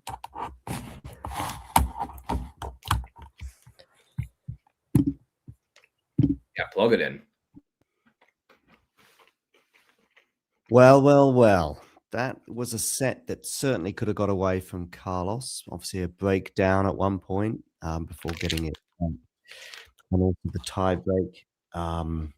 His first serve eluded him for a couple of points there, Carlos. And I started to think, what is it that Tommy Paul does that really hurts Carlos, especially on a hard court anyway, because he's beaten him twice on a hard court. In fact, their head-to-head on a hard court is 2-2. Yeah. And I have a few answers. I think there is a tiny element of psychology in that he's obviously lost twice now to him in narrow circumstances in Canada. But I also that backhand down the line that we saw an incredible shot in the tiebreak.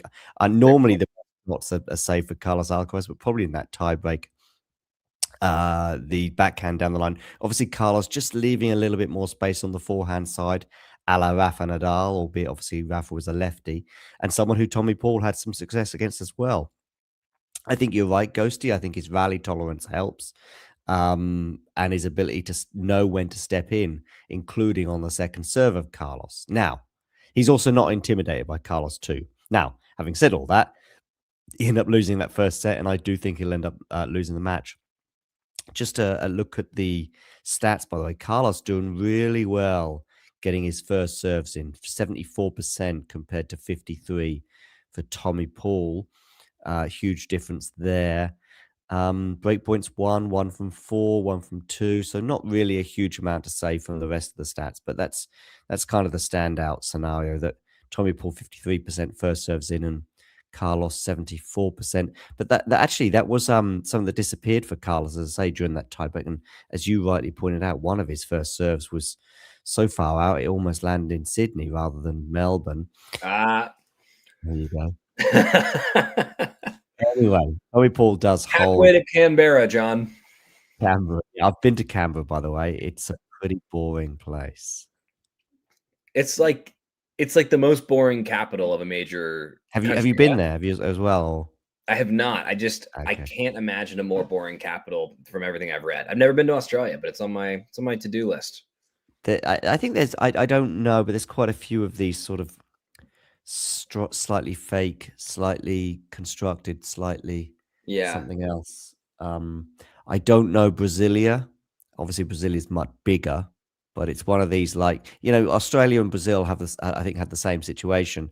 You had Yeah. two mega cities that were both fighting over which could be the capital. So they just said, listen, we're just going to build somewhere else and make it the capital. We're just going to throw the baby out with the bathwater. Yeah. There is a song by Ballpark Music called Please Don't Move to Melbourne that I find delightful. Yeah. Sydney, Melbourne, bit of a rivalry there. I lived in Sydney for a spell and visited Melbourne a couple of times, including for the Australian Open in 2006. Was that when you were with MI5 or MI6? I can't remember. Say again? Was that when you were No, I was selling water, which may be a good thing undercover. Yeah. Oh, yeah. That's exactly. Yeah. Yeah. Reporter's a great undercover gig. Selling water in Australia. I mean, you know, that gets you around a lot of Australia without a lot of questions asked. Another good cover. What's your favorite cover of yours, Ben? Taxi Driver.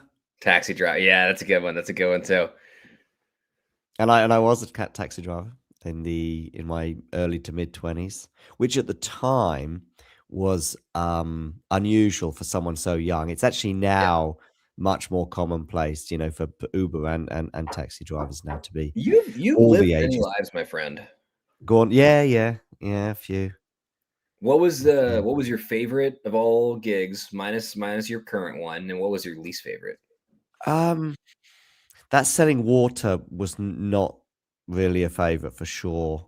When you say selling water, like, are we talking like I was selling the coolers and contracts for them and the delivery of water bottles. That you generally see more commonplace in businesses in Europe, especially the UK, but actually in Australia, they were at the time they were sort of pushing people to have them in their own homes. I always got the objection, which was we've got water filters, so we don't want them, and you can't really get around that objection. There was also another objection I struggled to get around, which would be like, because I used to begin my pitch with, "Do you drink water?" Yeah. And but some very smart guys would go, "Nah, just beer, mate." Oh man. So yeah, that was that. But it wasn't. It was a pretty arduous, monotonous sort of thing that was very sales driven. But I also had a job sort of for a few months in London where I was coercing people into nightclubs. The kind of job that's probably a bit more commonplace in the Mediterranean, in some of these islands, you know, that normally have good-looking women attracting you to certain bars and nightclubs. Well, I was doing the same in winter in London, in Leicester Square. I love it. That's so fun. But that was not a fun job either. I remember a Scottish guy jumping on me in the rain. He was drunk and I was not, and he thought it was funny and I didn't. Yeah, we just fell on the ground, and I thought, John, what are you doing? What is this job? Oh, I've also worked in a factory, picking out. So I'm watching the potato product. They were kind of like potato waffles or something similar, but maybe smaller chunks. But anyway, so they're kind of cooked and then going to be frozen and, you know, obviously bought in the supermarket. And I have to pick out the ones that have more black marks in them, if you like. Yeah. You know, and sometimes that was during a night shift. Sometimes that would be a 6 a.m. shift. Staying awake and doing that job professionally was tough. I also worked in sort of the same time, but in a factory where you would be, the best thing to do in this factory was for the tin. Once the food was put in the tins, some of the tin food was put in tins, there would be a roll out the back where you would be piling them up onto like a carton, a cardboard carton, and then putting them onto the cart. Now that sounds quite arduous, but it wasn't. But you also got to listen to music. Yeah. You could also take a break, actually, and I would often be the one to volunteer and go get the water, which you'd go to a water cooler to get, by the way. Yeah. But that was always a good little like chance to get out of doing some work for a few minutes. So those ones were, yeah, either monotonous or just terrible. Yeah, yeah. The best job, teaching English as a foreign language in Spain was largely fun. Another great cover. Where were you? Marbella? No, I wasn't far away. I was in Seville, about 2 hours from Marbella. Yeah. So yeah, that was good. That's a good gig. Yeah, it was okay. It was not too stressful, and being a teacher, I think in general is stressful, but actually teaching English as a foreign language to middle to upper class kids in their own home or businesses, not too bad a gig. And when you're teaching in the business, for example, a lot of the fairly stressed out employees actually see that hour as a chance to chill. So yeah, that was a good one. Oh, what I would do is just take an hour of Spanish in the middle of the day where nobody was bugging me with work stuff. Yeah, right, exactly. That'd be amazing. Yeah, paid for by the I guess that'd company. be nice. Yeah, you're paid for by the company. Smallish groups, 4 to 6 students. Not sometimes with 1 or 2, a small percentage would have an exam in mind, for example, they wanted to take, but most of them are just there to sort of brush up and improve. I tried to do that before I was in Argentina last year because I took Spanish all through high school and a little bit in college, and studied abroad. Was never fluent, but I could get around. I could grunt talk my way through conversations like a 6-year-old at least, like a relatively smart 6-year-old. And what I came to learn is, and I had heard, the Argentinian accent is tough. The Argentinian accent is tough. When we were in Chile and Uruguay, I could get around. They were like, "Oh, you can speak as well as a 6-year-old. That's great." Useless in Argentina. I couldn't follow any of the words that were being said to me. So I would hear whole sentences, paragraphs, and just get like a word out of it. But I mean, what do I do when you've got a word, needle in a haystack guessing? As Alcaraz now has a break point. Yes. 1-1. Yes, I'm just going to watch this. Oh, and he almost hit. Oh, I see. Yeah, you're just a couple. I'm going to see if I can just refresh my stream, because when I was watching this in the first set, I was pretty much exactly where you were at. So I wonder if my stream was just a couple of seconds behind now. But yeah, he's just missed that forehand pass. Actually, I spent a semester of my master's in Chile. Oh, and yes, the second semester of my first year, I think, was in Santiago, and one particular lecturer there that was just a nightmare to understand. There was another one that was great and easy to understand. I think she took a little more time because I think she was aware of 1 or 2 non-natives in the class, but not all the lecturers were. But go on, what's happened? I've just missed it because I come away and to have a look at the stream. Paul will wish that he had that volley back, certainly. A bad miss there. Fun fact about Chile, it is the only country in the world that doesn't have fruit flies. And they take their customs very, very seriously in an effort to keep it that way. It's because the mountain range and then the ocean protect them. They just haven't gotten in yet and have managed to keep it that way. Now, John, you want to give us the call here? Yeah, sure. Go. So we've got Tommy Paul serving. Gonna miss the first serve into the net. Remember, that was a key stat from that first set. Maybe the only sort of standout stat I saw. Backhand return from Carlos is decent. Now it's on the Carlos forehand. He's playing with quite a bit of margin today, Carlos, generally during these rallies. I think he's waiting to pull the trigger, and ultimately, of course, he bared fruit. Lovely forehand down there. And that was the exact moment to do it. That was the exact right moment to pull the trigger, and pull the trigger he did. What a break. What a break. My goodness. Yeah, Jake Davies says it best, vaporized. Hey, a thing that I'm always impressed by whenever I do a call with you and with Nick in particular is the actually calling a point. I cannot keep up with it. When I'm doing this solo, I'm just like, yeah, they're rallying. I'll let you know when something happens. It's tough. I mean, you got to be like so quick. Yeah, but I also like, the late Damien as well was great at just chilling out and sort of talking about the evolution of the game. Yeah. That's also great. Just seeing a point happen and say, look, there's that backhand slice down the line that's caused so-and-so so much trouble today, and he's done it again. And then, of course, Damien would go. And, of course, I remember that challenger in 2017 in Bergamo when he did the same. And, yeah. But then you've got Matthew. Do you know Matthew?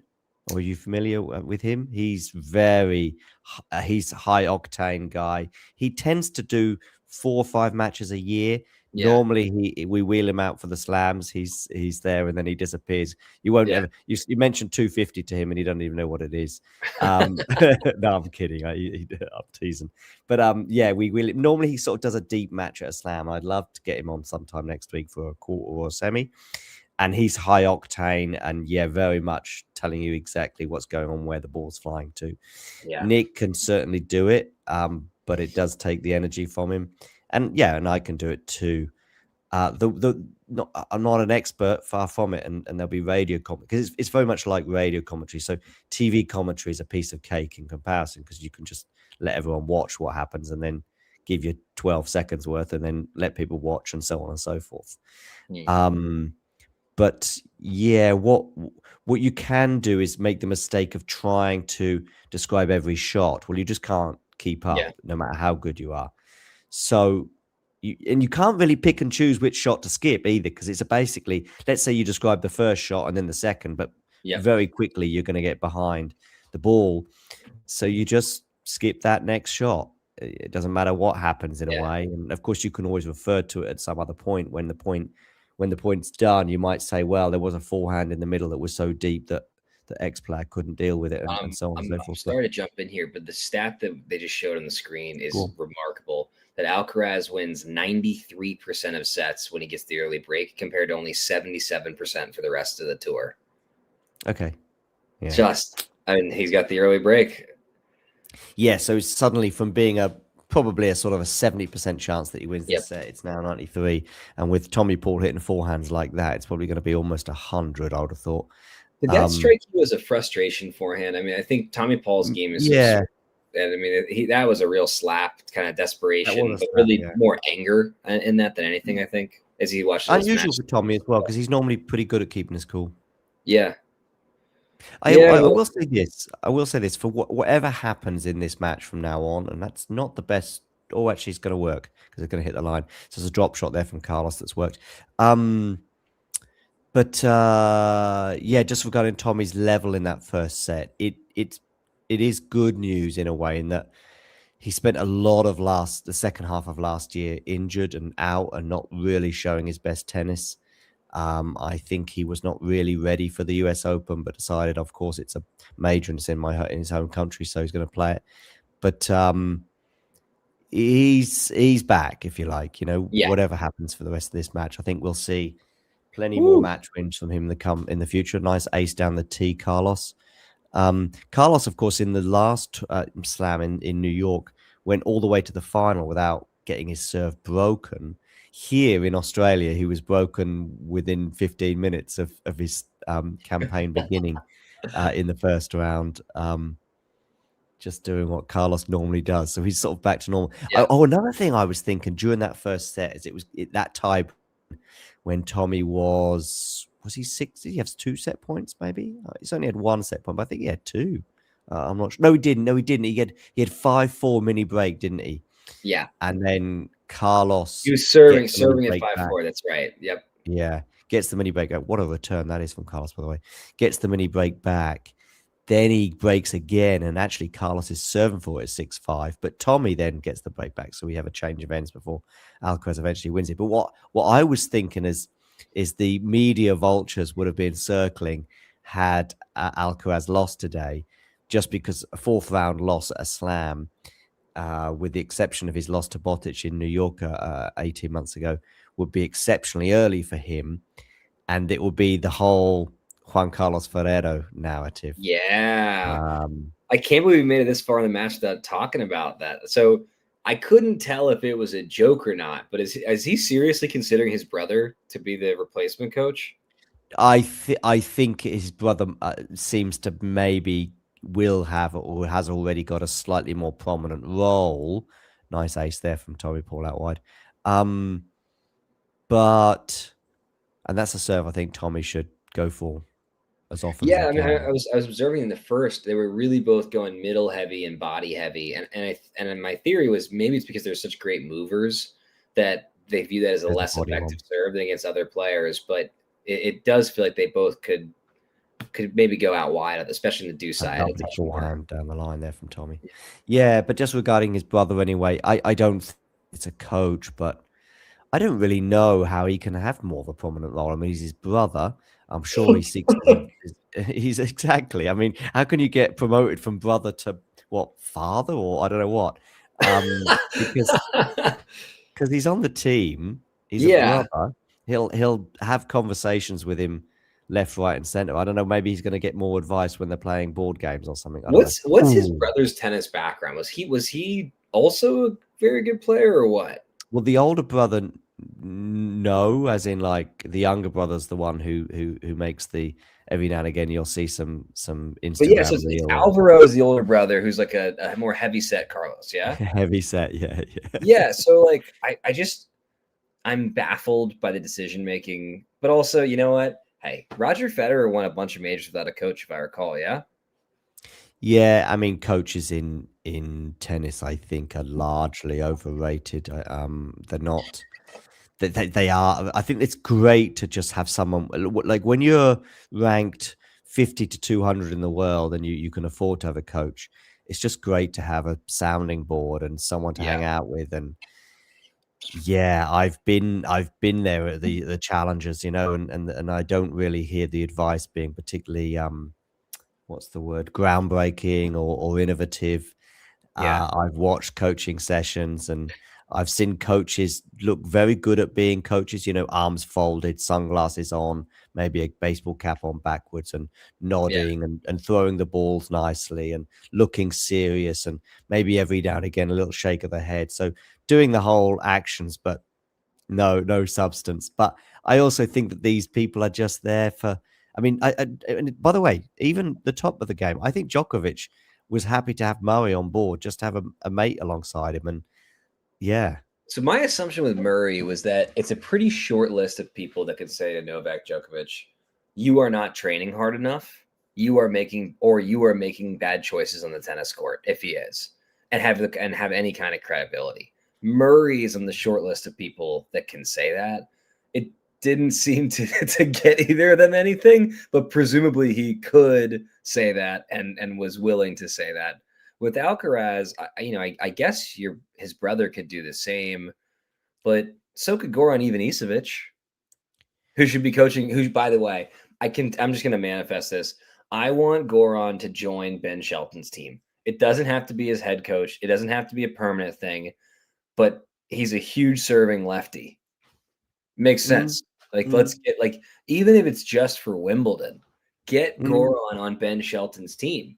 It'd be helpful for him to have a fresh set of eyes, a fresh approach. And again, I think he can do it without replacing the dad. This rally, by the way, just wow. That drop shot's not going to work. Redrop. It's going to be a smash here for Carlos. It is, and he almost messed it up. That was an incredible rally. I'm going to say 25 shots. Let's see what they say. No, maybe 23. Right, let's see, because they're going to surely pop it up, say how many shots that rally was, because it was pretty lengthy. What I loved about that rally was the variety and the slices from both players, and then incredible depth, pretty much plumb on the line on some of those occasions. 25 shots, indeed. How many shots was it? 25 shot rally. I said 25, and then I reevaluated and made it 23. Damn. You nailed it. Go see. I think that he would not replace Brian Shelton. I think he would supplement. So, maybe you make him the traveling coach, or one of them travels. Or as you say, even just do 1 or 2 slams a year, Yeah. I mean, Carlos Moya would always step aside for Wimbledon. He didn't do Wimbledon with Rafa, I think, at any stage in the sort of 5 or 6 years that they worked together, and Francisco Roig would take control there. I don't necessarily think. I mean, I often thought about Moya and his Wimbledon record not exactly being stellar as being a potential reason, but I also think that Moya would be like, I can be with you 6 months of the year, but I can't be with you 9-10 months of the year. So we're going to pick and choose as and when I will be there and not be there. Look at those net point stats, by the way, with both of them ultra high percentage.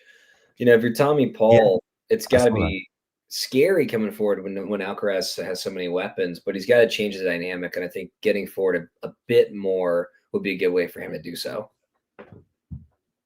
Yeah. John, I need this match to go 3. Don't worry, I'd I say don't I'm know not how far you do away. late night stuff, man. I'm like, oh my goodness, I gotta like If it chug goes some for, coffee. I can take over for the last for the fourth set and so on and so forth. Okay. I totally understand because what's it now? 20 past 11 where you are. It is. It is. And, you know, I'm a morning person, so I'm normally up at I 5. know you are. Yeah, yeah. Yeah. But so, you know, Did you see for this me, stat by the way that Vanch tweeted here? yeah. Pretty cool. Wow. It's one of the reasons why we've got these pretty stellar fourth rounds on the men's side in particular, and on the women's. But on the men's side, we've got Demonor Bublik, you know, which is, it feels like a potential semi-final for Slam rather than a fourth round. We've got Shelton Rood, for example, and yeah, even Alcaraz, Tommy Paul, Djokovic, Mensik. That has semi-final Slam vibes for me. I say semi-finalists, I should say, because you've always got Alcaraz and Sinner in the semi-finals. So the other, but Mensik is a potential Aussie Open semi-finals as far as I'm concerned. I think all those players I just mentioned, maybe not Rude, but I think the rest are all potential semi-finalists. And if Tommy Paul wins today, which I don't think he will, but he's a potential finalist if he wins today. Yeah, I think that. So I want one more great run from Djokovic, and I think Australia is the best place. Where he's got a best shot at this point. Wimbledon maybe as well. I think that Mensik is just that good. I think Mensik. I've got Mensik to win. I've tipped Mensik to win. I really didn't know, and I was humming and hawing, but Mensik's form is really good right now. I think he might be unbeaten for the year, but he certainly won the tournament that preceded the Australian Open. He's just still so young. He's so young. He hasn't turned 21 until September. Yeah. Good forehand there from Alcaraz. Indeed. Indeed.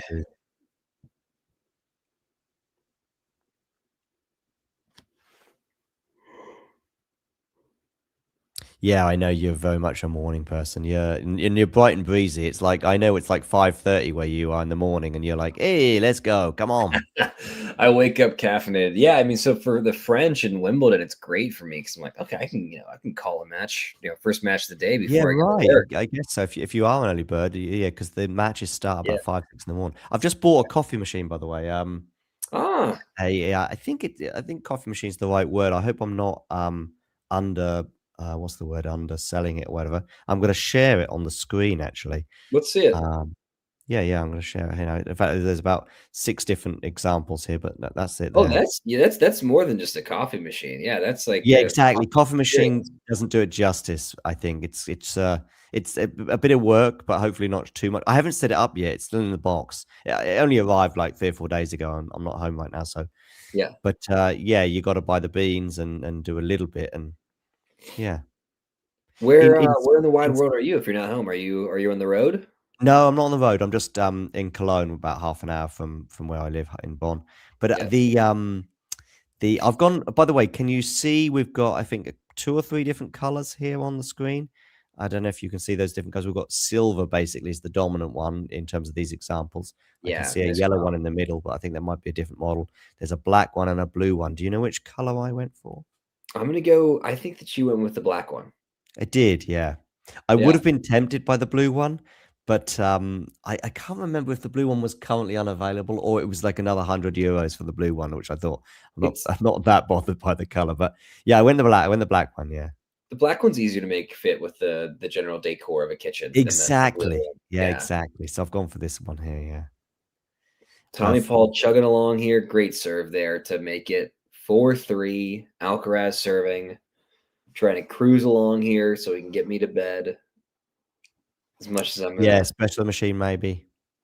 I just want to move away from the idea that I'm doing nothing, because I think if you say a coffee machine, it's like you just press a couple of buttons and out comes a coffee. Yeah. I looked at one of those options because I am quite lazy and just want it, but I also want the quality, and it's like you can't do both, John. You can have, you see some, not maybe some coffee shops, pretty, let's say, not the best coffee shops in the world. They will just have like a machine, and you see them, especially like an airport or something like that. You see them just press flat white, and out comes I will say though, John, the best K-pod, and I'm a bit of a K-pod connoisseur. I'm always looking for for one that you can get by pressing that button. That's good. It's the I know what you mean, but that's slightly different to the ones I'm thinking of. I'm thinking of the ones you see at airports, like an electronic one, where you'll even see an electronic image of a cafe latte, for example. But this is better. These K-pod things. Well, the K-pods, I mean, it's fast and easy. It's not. Anyway, it is, but it's not the way to get good coffee. There's no bean grinding involved. You're just putting but they are pretty. They're better than the ones I just gave the example. They're a good one. They're good, generally.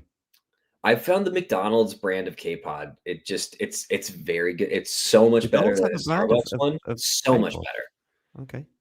And if you're not trying to break the bank, it gets done. Alcaraz missing on that first serve there. So he does the second. Yeah, they're both going body an awful lot. The Alcaraz drop shot has started to fall, particularly in the latter part of set 1 and now set 2. Ooh, that one drop shot he hit a few games ago, it looked terrible. I mean, it looked 8 feet over the net, and then it just got it done because it was such great touch and max, and it just died when it hit the court. That smash, though, I think Tommy should really be making that somehow with his height, and he got the body of the racket on it. It wasn't like it was on the frame or anything. Yeah, I've just been given some rackets by Head, 3 rackets that are 2026 version of the Head Speed. Yeah, I've got 3. I don't even need 3. John, you might be an influencer now, man. I think I know. If you're getting free stuff, you're an influencer. How's it feel? Yeah, got Adidas Barricade tennis shoes, which occasionally are in the background. I need to do a review for these, actually. The reason I haven't done a review yet is just because I think these will be better for a video on clay. Yeah. And I won't be on clay until April, I don't think so. So I'll do it then. But yeah, I will say this because I want to tell the audience that the reviews for equipment I've done so far have all been impartial because I haven't reviewed the head racket that I got given for free, and I haven't reviewed the tennis shoes. Now you can say, John, you say these shoes are amazing because Adidas gave them to you and you want a load more, and I'll go, yes, you're absolutely right. But the other rackets and stuff, I've just had them on loan kind of thing. So I've done like 2 or 3 reviews out there, and none have been negative. But I will say this, that there's a brand. Oh, lovely drop shot, Carlos. My goodness. There's a brand of racket. In fact, I've forgotten the name. They were really big in the 80s, and Boris Becker used them. And they were. I tried a couple of these out, and they were really the best rackets I've ever. Tell me it's Prince. No. It's even. I know he had. I think he wore Prince clothes as well as maybe had the rackets at some point. But it's even before that. It's a brand that. Someone maybe in the live chat, I've got to look for them because I bloody reviewed them on the channel. But there were 2 versions of this racket that I tried out. One was like a $400+ racket. Wow. And I know. Pretty much, I went for the most expensive one to review, but it was. Listen, I don't think it's worth $400. I will say that, but it was the best racket I've ever tried out. I'm going to try and find it now. Wow. Someone in the live chat might be able to say. Vocal, yeah. I think Vocal. Thank you. Yeah. Thanks, Ghost. So I play with the Prince Phantom 97-inch frame, which is an unusual racket for an American player. In Japan, for whatever reason, they have way more Prince racket options. I think it's just more popular there. And that is like a dream of mine, is to get to review some of the Japanese Prince rackets because I so enjoy my Phantom. I used to play with the Babolat. I wanted to be like Alcaraz, so I got the yellow one. And I just found that to be a bit of an arm eater. Like I got shoulder pain almost immediately. Oh, right, okay. Yeah. I've struggled with shoulder pain. I wasn't bowled over by the Alcaraz, and also Nadal used. Nadal had a different livery, like different colors, but it was still basically the same racket. Yeah, there's a little bit more purple in it. It's also, I mean, the weight is like 360 or something ridiculous. And so, yeah, you get the easy power, but it's a total arm eater.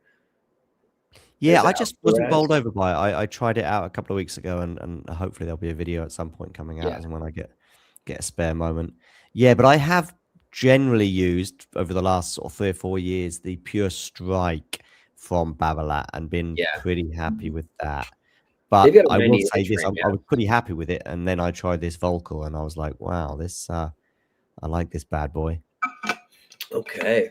Wasn't able to keep that, unfortunately. The $400 racket. Listen, they gave me 2, by the way, to try out. One was maybe too like a generally but top end expensive, like $250, and the $400 one. I would say both are good.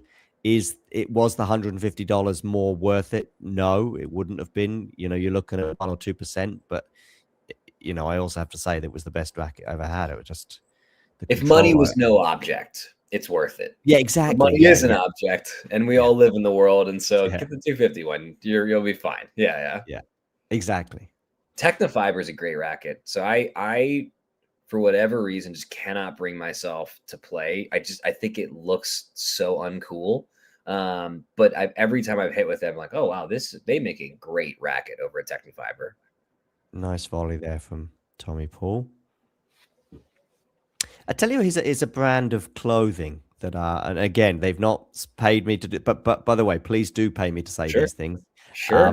If you're listening, but Joma, I like some of the clothing, Joma, pretty sort of uncool, not that well known brand, but actually have got a few players on the tour that are sort of 50, 100, 150 in the world, and just good, simple designs that work well for me.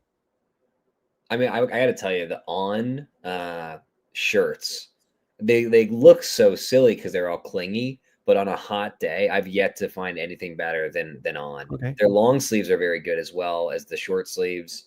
I have a soft spot for a brand called Red Vanley.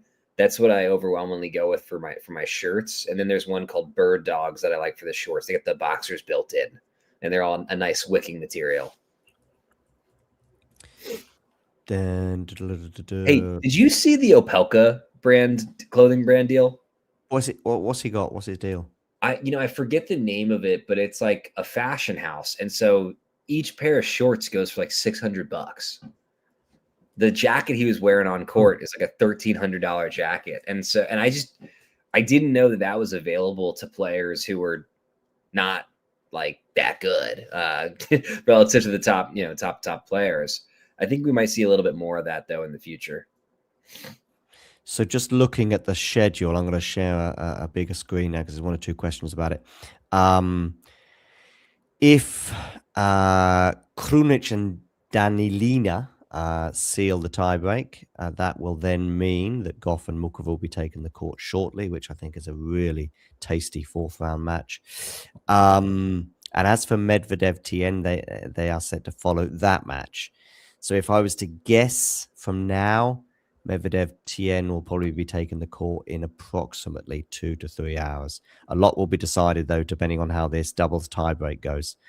I'd be okay with it being 4 to 5 hours, and then I can get sort of a sleep in between this match and then Medvedev and Tien and wake up and then get another. I'll probably split my 7-8 hours. Are you a 7-8 hour guy despite being an early riser, or are you fine with 5 or 6? I've been trying to get there and I never have. I'm more in the 6 and 6.5 range, and you should not do that. It's not good for you. It's rest is important. And I've just never been able to get that 7.5 consistently.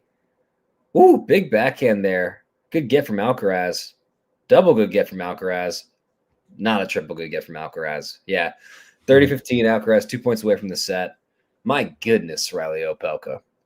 It's not even a good color palette. How could it cost? Yeah, Cease is the name of the company. Okay, so that's the brand that he wears on court, is it? It's tennis. Yeah. I think it's a very recent switch because I think Ghosty asked, is he not with Fila? I mean, he was with Fila until very recently. I believe, though, that they are closing operations in the U.S., so it makes sense why he would be finding other stuff. I got a great deal on a pullover from Tennis Warehouse U.S. because I actually want to. I would like to get Tennis Warehouse US on board as well, or it's just called Tennis Warehouse, isn't it? Because, of course, I know that you guys outside of Europe it's no good really you buying stuff from Tennis Warehouse Europe because of course taxes. Yeah. So I would like to get Tennis Warehouse on board as well. At the moment, taxes I know, and well, I'll deliver. There's another T word. I said taxes, but what's the other T word? Oh, those tariffs. Oh, those bloody tariffs. hell. Yeah. Something wrong with that guy. Alcaraz here 30 all. He doesn't have to worry about tariffs. Making my tennis stuff cost more. Unforgivable. Alcaraz, nice great serve down the tee there, Carlos. 40-30 set point for the Spaniard. We'll come back to taxes, tariffs, and Tennis Warehouse shortly. But of course, if you are in Europe, do check out Tennis Warehouse Europe and get some stuff. And when you check out, use the code TALK10, TALK10, and you'll get yourself a nice discount. Second serve here, Carlos. I thought that hit just a little bit long or wide. Unclear which one to me. Okay, second serve. Tommy stepping in on this. Forehand here. Good reaction there from Tommy, actually, on that serve. But that's going to be too long. And Alcaraz, 7-6, 6-4. He leads. 40-minute set. Got the early break. We said there was a 93% chance of him winning the set from there on. And Carlos delivered. It's now like 93 point. Is that over his career or was that 2025? Do you know that stat? I believe that was 2025. If it was 2025, then yeah, it's not relevant. Well, it is relevant, but it doesn't affect the percentage this year. But anyway, this is where you want more out of Tommy Paul, right? I think the game that he's playing right now, he simply cannot beat this level of Carlos Alcaraz doing what he's doing. And so what should he do? I think he needs to be a little bit more aggressive. He needs to force the action. He needs to go for it a touch more. And I just don't think he has that gear. So Carlos, I believe, is going to close this out in set number 3. Could be wrong all the time, but I just don't think that he can stop this Alcaraz. Yep. And with that, John, I'm actually going to step out for a quick restroom break. Step out. Speak to you in a moment. Okay, so 2 sets to love. Let's have a quick look around the grounds to see if that doubles match second set tiebreak is still very much alive. At one point, I thought Danilino and Krunic were going to force a third set against Hunter and Joint, but it's now 5-all in that second set tiebreak. So Goff and Mukova waiting in the wings, and then after that will be Medvedev and Tien waiting in the wings. As I said, Goff and Mukova could be taking the court in 15 minutes, or it could be another hour away. Medvedev and Tien could be taking the court in an hour and a half, or it could be 3 hours from now. Tennis doing tennis things, but that's okay. We understand. There are other things in tennis that drive me crazy, and having no end to the match is just part of the nature of the beast. Zverev and Cerundolo, they might well be on court in the next hour and a half or so. That's a pretty tasty fourth rounder as well. Svitolina and Andreeva are finishing the action on Rod Laver. The night session, though, will begin with Bublik against de Minaur in a highly anticipated affair as well. Maybe the most anticipated affair since Lady Diana and whoever it was. Oh, dear.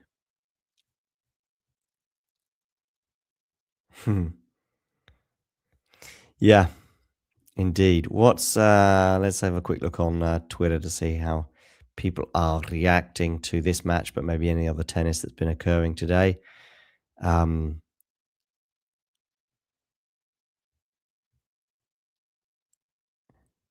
It was actually Jose. It was him blowing on his hand, wasn't it? That he did rather than touch his nose. If you look closely, you see he's about to hit a smash that hits the ground. So it's one of those ones that he's got time to whack it.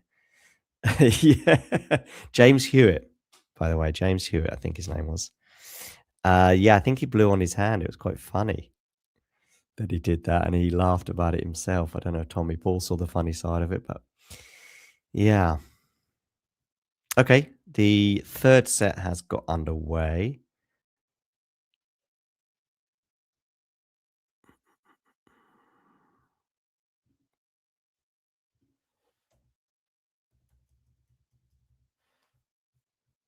See if I can.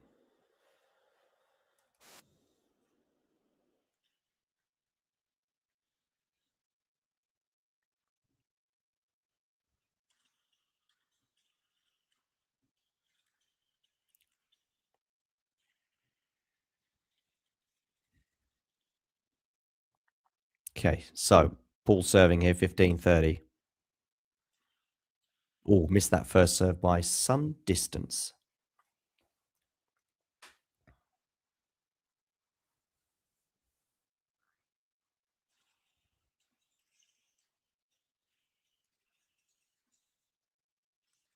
Ooh, and Alcaraz follows suit with that forehand missing by some distance as well. That didn't even land inside the doubles tram line. Sad. Ooh. Jake Davies says that sleeveless Carlos top would look good on this Welsh body. Would look good on any Welsh body, I think. What is the median Welsh body? I don't know that our non UK based audience knows that. What's the famous Welsh actress who's with Gareth Bale? No, with actress who's with although Catherine Gareth Bale, I've seen him Zeta-Jones. where Catherine Zeta-Jones. She's Welsh. I've seen Anthony Hopkins is Welsh as well. Or I think he gave up citizenship to become an American, I think, but he was certainly Welsh born and bred. And yeah, Gareth Bale, I've seen him play tennis sleeveless. He's got a sort of an awkward motion, but he looks like he can hit the ball pretty hard. Yeah. Oh. Hey, John. So there's a question earlier of who the most high-profile talking tennis viewer was, and I'm not sure. Was it a joke or is it real that Neil Skupski tunes in? He joined a chat once, and it was very amusing because I couldn't quite believe it, and I think I said, "Well." I think after a while he sort of did convince me that it was him, and I said something along the lines of, to be fair, if you were gonna just invent a name, you'd go for a bigger one and a bigger legend than Skupski. You know, if you saw Navratilova or John McEnroe or Rafa Nadal or something, you go, yeah, that's just a made up name. But you wouldn't choose Neil Skupski. Well, then of course that whole thing escalated into, you're not rating. I was with Damien on the stream. Damien was like, you don't rate Skupski as a tennis legend. Come on. He thought it was hilarious. Skupski took it in good spirit as well. And I said, listen, if it is you, Neil, I want you to go to, because we were on Instagram as well at the time. I want you to go to Instagram and say hi there as well, because there, of course, you can see his profile and he's saying hello, and he did exactly that. So, yeah, he joined the chat. I've had a few players on the Challenger Tour say stuff like, I've, tuned in, or I watch your YouTube shorts all the time. Of course, you get players, especially on the Challenger Tour, who recognize you from covering tournaments and that kind of thing. But I've had that, but I haven't had anyone other than Skupski sort of join the chat as such. Alcaraz. Lovely redrop there from Tommy Moore in sets 2 and at the end of set 1, set 2, and now set 3. And Paul clearly figured it out on that one. Yeah. Just want to point out that Neil Skupski has not said that he's not in this chat right now. So for all we know, Neil Skupski's out there lurking thinking gorgeous double shots and thoughts right now in this chat. We just don't know. I think if Ryan Reynolds was, list tuning in, I think he would have reacted to some of that Welsh talk. I can't believe that Wrexham is like maybe going to get promoted again. It's not a Cinderella story, because they've just, the story exactly more money than anybody else other than Tom Brady's team, Birmingham. But it is remarkable. Good win for them today at QPR as well, and they're now top 6. So playoff spot is that's where they are at the moment. They're in the playoff spots. Yeah, whether they can hang on or not. I think the first season of Welcome to Wrexham I thought was delightful. The most recent season will be my last.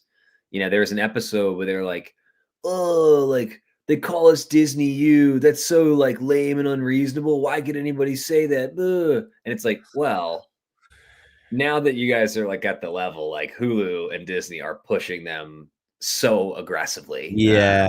And like it was a scrappy, fun thing initially, and now like it's big business. Like there are hundreds of millions of dollars at stake in the Wrexham, if not billions already.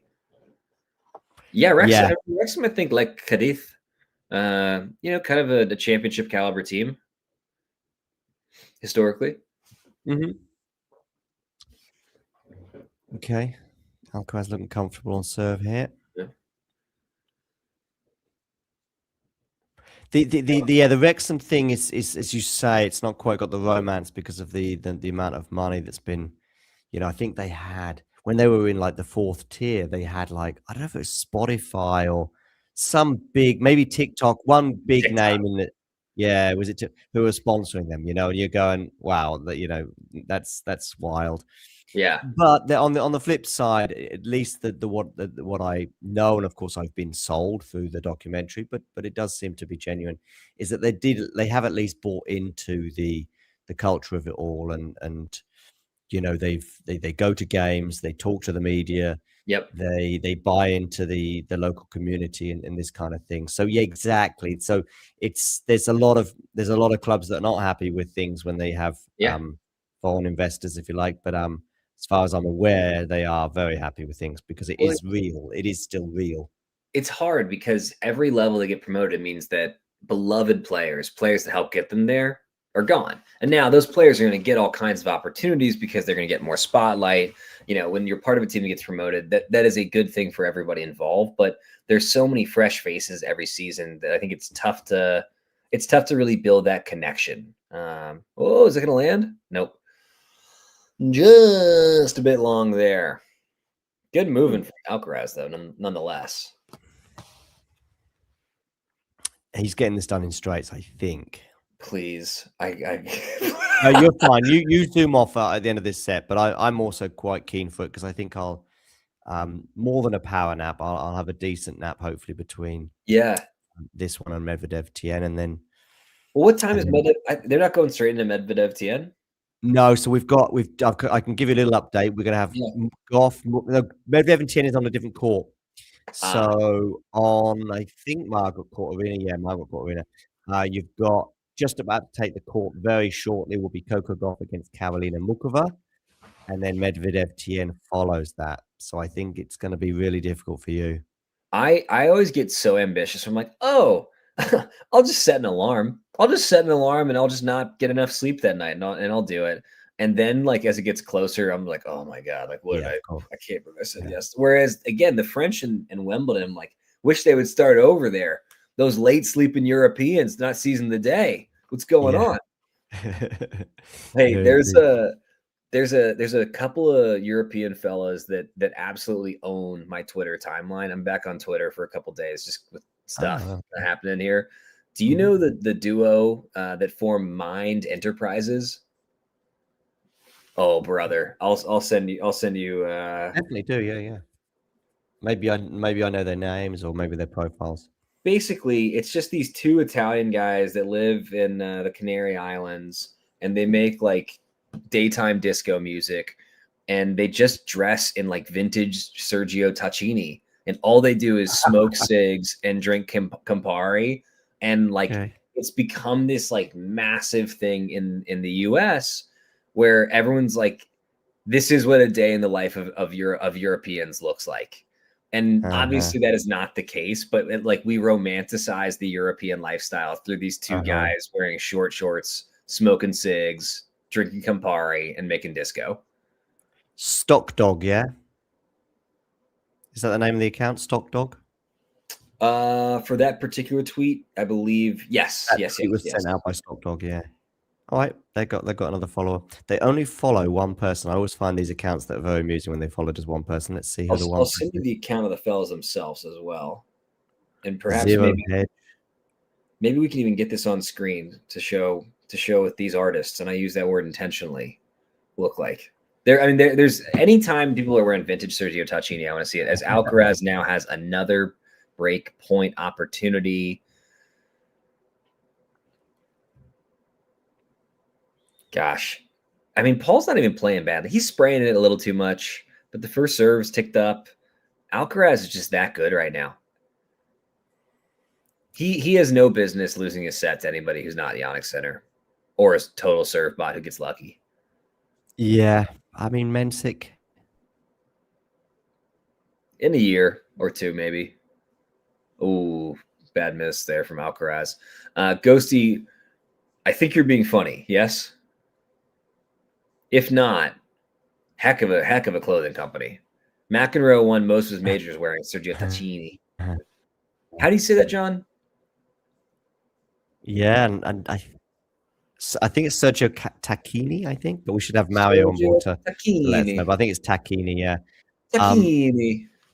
Yeah. I think Becker wore it for a while. Becker seemed to have got through a lot of brands because I think he had Adidas as well for a little while. Yes, Ghosty's right. The Carlos he is got getting through. off. The invincibility vibe is there, but also Tommy Paul just cannot miss attempts like that at all, let alone that badly. Sergio Tacchini, if you like spices.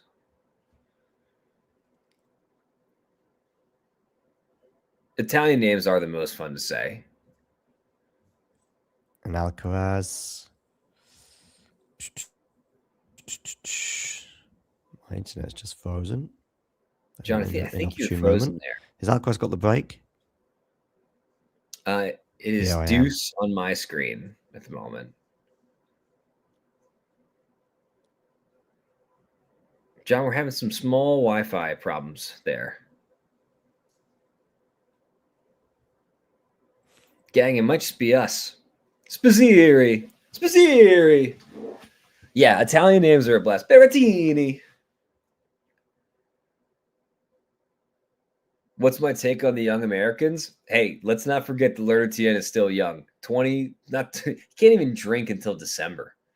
Beyond Lerner, it's too early to say for sure, but I think that a lot of these guys that came through college, they have what it takes to be top 100 guys for a long time. I don't know if there's any way that's got what it takes to be a consistent top 10 player, but Quinn, Spazzieri, and any number of them I think could hang around the top 100 for a bit and make some noise. I think chances are if somebody goes to college, they're not going to have the obvious great physical gifts, right? Now it's not always the case, but like you look at someone like John Isner, he grew quite a bit when he got to college. You look at someone like Ben Shelton, who was kind of a beanpole when he got there. He had to develop a little bit. Lerner Tien doesn't have a bunch of flash to his game. JJ Wolf, just doesn't have that last little bit. There's not like the college guys are not going to beat you over the head with the obviousness of their talent, the way that an Alcaraz does, the way that a Sinner does. But they grind. Like Ben Shelton said, they're dogs. They play hard. They are not fussy. Where is JJ? Good question. But so, but we're going to have I think Americans are going to have an outsized proportion of the top 100 for the foreseeable future on both sides of things because the college system is well to develop. I think the academy model is broken. Okay? Like you send a kid sometime between the ages of 11 and 13 to an academy away from home to play tennis basically full time, get a crappy education in the process. And when you make something your world and in your whole life, it's hard to come out balanced. There are things that are useful life-wise that you're not going to get. And I think we're seeing that system is broken. A new one is coming into play. Doesn't mean that college is the answer, is the best way to develop. I just think that the academy system that was so huge with Bollettieri is kind of phasing out. And I think it's a good thing for tennis. I think it's a good thing for the players. Bad thing for the academies, but I'm not going to lose any sleep over that. Curious what y'all's thoughts are. Oh, John's internet had a wobble, and he will be back at the end of this set. That means y'all are stuck with me for at least 5 more games here, but realistically, probably more than that. This old man, this middle-aged dad is slowing down. Just straight up slowing down on this stream. slowing down in general, doing my best. But I'm going to need the chat to help carry me a little bit with some prompts, with some ideas, with some wacky stuff. Get a little weird with it. Let's like keep me out of trouble with Tennis Warehouse Europe, because I feel really bad if I said something so dumb that they cancel their sponsorship. But like anything short of that, go with me. Look at these guys. Wow. Ghosty, that's what Sergio Tacchini looks like. Those shirts right there. My God. Gorgeous. Just gorgeous. The American mind cannot comprehend these two fellows. I think... Oh, if I had my way, we'd try later on, like this evening. I think realistically, we'll wait like 12 to 18 more months at least. The guidance from the American Physicians Association or whatever is to wait 2 years between conceptions at least. Yo, pregnancy is tough on the body. Way tougher than the Melbourne sun in the middle of summer. You might not think that, but it is it's hard, man. Like, you know, like it's a traumatic experience to give birth, like physically. Like it is really, especially, I mean, fortunately my wife did not have to have a C-section, but especially with a C-section, like you're torn up for a while, and you know, your body temperature changes, you've got all kinds of stuff to deal with, not to mention the lack of sleep and all the other things that come with parenting. So I think that's why they've extended the guidance for how long to wait. So we'll wait for whatever that is. Big serve there from Tommy Paul. Big serve. Oh yeah. I mean, the whole last trimester, if I had my way, we would keep the house at like 76. I like it a little toasty, like a little stank inside. We were keeping it at like 65, and I was in sweats, shivering all the time. And that's just what you got to do, fellas. If you are lucky enough to have a child or be expecting a child, you gotta take that L. The whatever the mom or the pregnant woman is looking for temperature wise, you just got to do that, because it is a lot harder for them than it is for us. Everything about reproduction painfully unfair. Honestly, it's a little bit like tennis. We are not all born with equal tennis gifts. Not everybody can do. In fact, nobody else can do what Carlos Alcaraz can do. It's just not fair. Tommy Alcaraz, ultra talented. You'll see Fritz and Tiafoe, and they talk about that generation of American players. They'll all say Tommy was the most talented. He was like the guy. He was like the big shot, oozing with talent. Took a little bit to figure it out. Now he's put it together. He's more professional in his approach, and he just can't beat Carlos Alcaraz at a major, because he just doesn't have that last little bit. Tommy Paul's game, he is so much closer game-wise to Carlos Alcaraz than, you know, the absolute last player off the bench on a D3 team is to your average club hacker. The difference is so small, and it's just not fair. Paul getting a relatively easy service game here, hoping to hold it love on a second serve. Let's see what he does. Oh, Alcaraz with a great return there, but good get from Paul. Baseline overhead. Oh, he hits it. Hey, speaking of hitting things, Novak Djokovic almost hit a ball kit again. That wasn't good. Can't be doing that kind of thing. What was he thinking? You would think that he would have learned his lesson. I also like, it almost feels performative to me when he behaves that way on the court. Because like, what are you this worked up about? Like, I think he has to at minimum be lying to himself about his anger or frustration. He doesn't need this. Like, I'm sure he wants this, but in what world is that moment important enough for him to behave that way? For him to be so upset that he truly loses control? It just doesn't make sense to me. Ghost, I think you're right. I think he must not have been thinking, but you know, the guy, like, he's middle-aged. He's almost 40 years old. You just can't be behaving that way. He's got kids. Like, he's got kids who are going to remember watching that moment, you know, and like comfortably. And so that kind of surprised me to see that out of him. I don't want to say I was disappointed, because look, He's a pro athlete, and he's a human. Everybody has moments. Everybody snaps. Everybody gets tense from time to time. But it just felt so dumb. It felt so dumb. This is one of the 2 best shots he'll ever have at a major again, this and Wimbledon. And he almost blew it. For what? For what? For a blip of frustration in an early round match that wasn't close? Ooh, we got Goff and Muchova warming up. That's going to be a good one. I had the chance to commentate on Goff's match in round 2 earlier. Game's looking really good. Serve was pretty good, more than good enough to get it done. Very, very impressive player. Look, and so we're going back to the American crop of players. The ladies look good. I mean, Madison Keys is still out there. Goff, fantastic. Anisimova is gonna break through. I think this year, I would be really surprised if we get through the year without her winning a major. She's got weapons galore.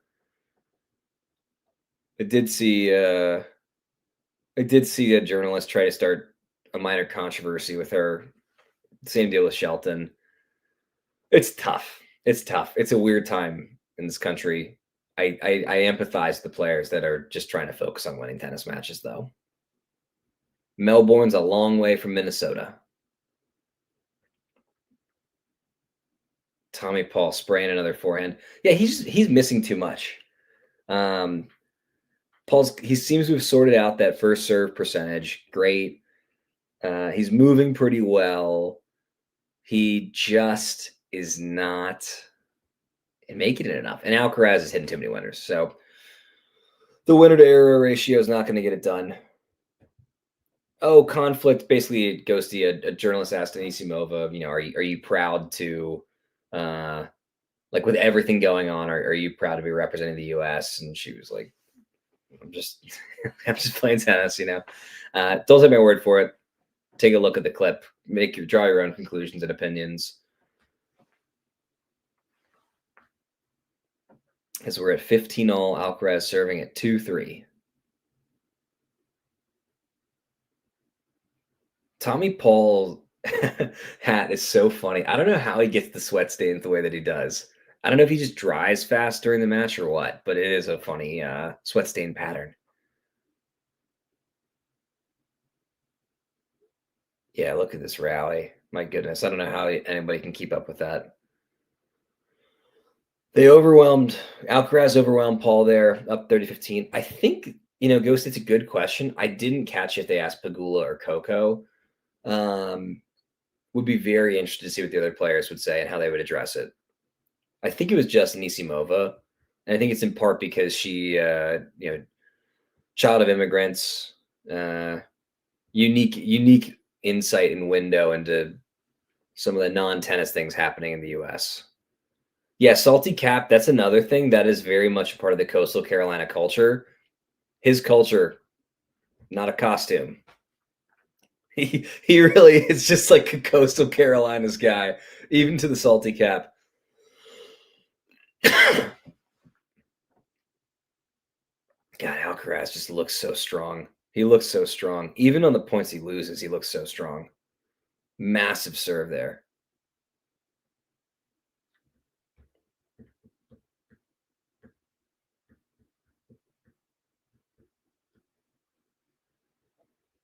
Oh, I wish I was going to be up for this Medvedev Tien match. I wanted this Alcaraz serving at 40-30 to make it 3-all.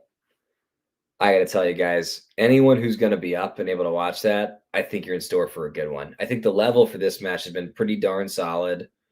I think it has never been particularly close, minus that after the first set. And I think this is an outcome that was rather expected and predictable. Still, it's been plenty of fun to watch this, but that next match, anything could happen. Anything could happen. They're going to have long rallies. There's going to be some momentum swings. I think it's going to be team, but who knows? It's going to be a fun match. Yeah, Ghostie's right. The AO is tough for American and European viewers. It's like every year I joke with my wife, like my sleep schedule is going to be so messed up for 2 weeks and then probably for a week after as I try to recover. And I think that's just like the median American tennis fan experience during the Australian Open, which, by the way, is too early in the year. This should be happening in like March. We could condense the majors a little bit, and then we could create an actual offseason for the players, which would be better for the players and better for the fans. But, governing body's going to do what they're going to do. They're going to do what they're going to do. Hey, speaking of bad governing bodies that, despite themselves, have an excellent product, Winter Olympics coming up. Who's excited? I know I am. I saw the Team Mongolia, like the fits that they wear at the opening games. Sick. Unbelievable fits for Team Mongolia. Yeah, go see it. And back in the day, I remember my dad and I we would tape it with like a physical VHS tape to watch the next day. And we would try to avoid the paper, and we'd try to avoid, watching SportsCenter for a few minutes and accidentally seeing the score. Those are the days, weren't they? Having to these kids, they're never going to know what it's like to try and record a sporting event and avoid having anybody spoil it for you. It's because it's just unimaginable by today's standards. At 3-all, 15-all. Ghosty, I have no idea where the Winter Olympics are this year. I know it's somewhere cold. I feel very confident. I feel neutral to confident that the Winter Olympics are somewhere cold. I guess they could be doing it somewhere indoors now or with fake snow. Hey, if you know where the Winter Olympics is, post it in the chat. Tell us how you feel about it, and we'll have some conclusions and some thoughts too. Big forehand there from Paul. 40-15. Paul is not going quietly into the night, folks.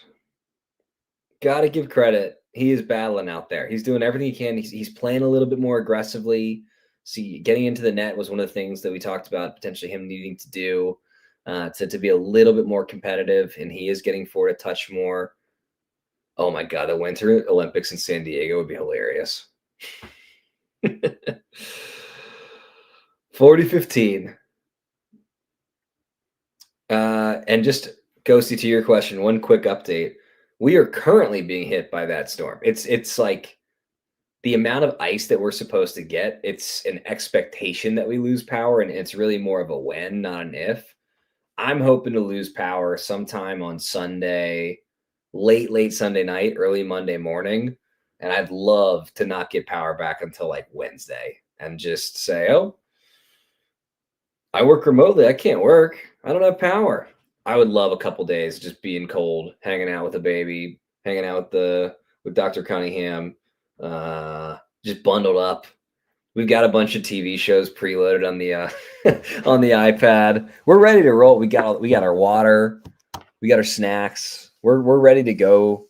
I salted my neighborhood sidewalk for myself and the neighbors today. 40-30. Here we go. Oh, that's another double from Tommy Paul. Oh, that's the kind of double that can stay with a player. Just like at the end of the first set there. Ghosty, are you in the eye? You're West Coast. I think you're fine, yeah? No storm for you. Tell you what the biggest storm of all is, though. His name is Carlos Alcaraz, and he's going to win his first Australian Open. Can you imagine if he completes the career Grand Slam at 22? I mean, what a just generational talent. Woo! Great point from Tommy Paul. Yeah, that forehand up the line. He's actually just having luck going up the line in general. I think maybe it's that Alcaraz moves too well or anticipates too well. You're seeing not a ton of the cross court winners from Paul, mostly with the up the line.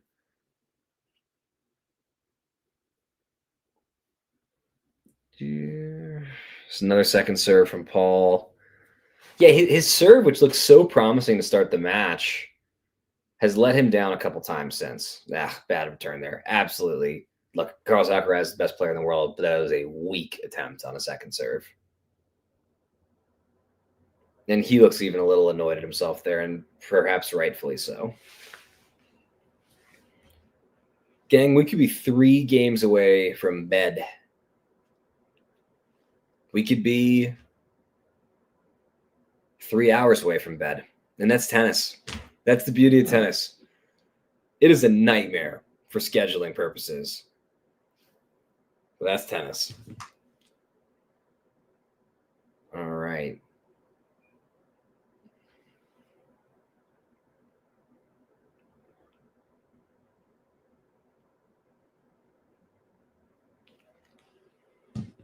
Carlos expressing and showing a little bit of frustration out there. I guess I kind of get it. I mean, he has not played a perfect match. I'm curious what y'all in the chat think the general level from each player is. I think we're getting about a B+ to B from Carlos, and probably a B- from Tommy Paul. Sports and politics, we do appear to have lost Jake Davies to that pesky thing that we call sleep. Alcaraz serving, great serve up the middle. Oh, what can you even do if you're Tommy Paul there? Pretty solid return, and Alcaraz just mashes it up the line.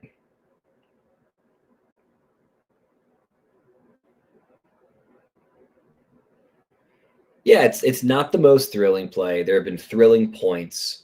The stakes have been limited. We're getting like stock games from these guys. They have. I actually really had hopes that they were going to elevate each other's games because they both have such incredible fitness and movement. And we've had some really fun 20+, 15+, 20+ point rallies, or shot rallies, but it'd be hard pressed to say they brought out the best in each other today. Didn't bring out the worst. This is just a really, really good mid-round tennis match where one player happens to be just enough better than the other one. It's fascinating, by the way, that the seeds have performed so well in Australia. I've been one of the folks for the past several years banging the drum that the top 100 and really the top 250 is as deep as it's ever been. And I continue to believe that. But the results in Australia might suggest otherwise, that maybe there's a bit more of a concentration at the top than I would have thought.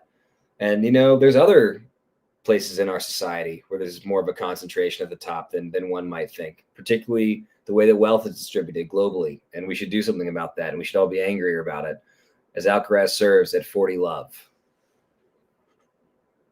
My goodness, the veins, the bulging veins in the Alcaraz bicep.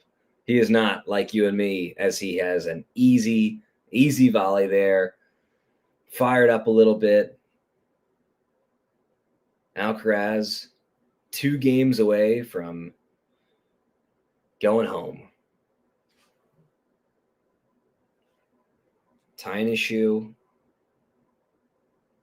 Even that looks cool. Yeah, Ghosty's right. WTA definitely gets better stories. That being said, some of the French players, I have a soft spot for the psychos, like Corentin Moutet. God, I love Corentin Moutet. There is it's late and I'm totally blanking on the name. There's a couple of other French players that just kind of they'll get a little wacky with it. We see some good variety in the men's game as well. We're not seeing a ton of big personalities. I think that's why the sport is so grateful for Alcaraz. It's he's just a fun guy. He's got a lot of energy. That's right, Fields. Boy, I hope Fields has a healthy 2026. I think that's a guy who could break through and compete. I mean, I think everybody's kind of wondering, is this a big 2 era, or will there be a third that can catch up? And Fields for me is absolutely in the hunt. I see Shelton having a Wawrinka-like career, but I don't see him quite getting to Murray status. Fields could be the Murray to obviously different styles. Just mean like in terms of results, the Nadal and Federer that Sinner and Alcaraz represent. Good serving there from Tommy Paul. Man, one game after I was saying, oh, the serve's not looking that good here, he's serving awesome. And Jake Davies is back. Let's go. Welcome back, Jake Davies.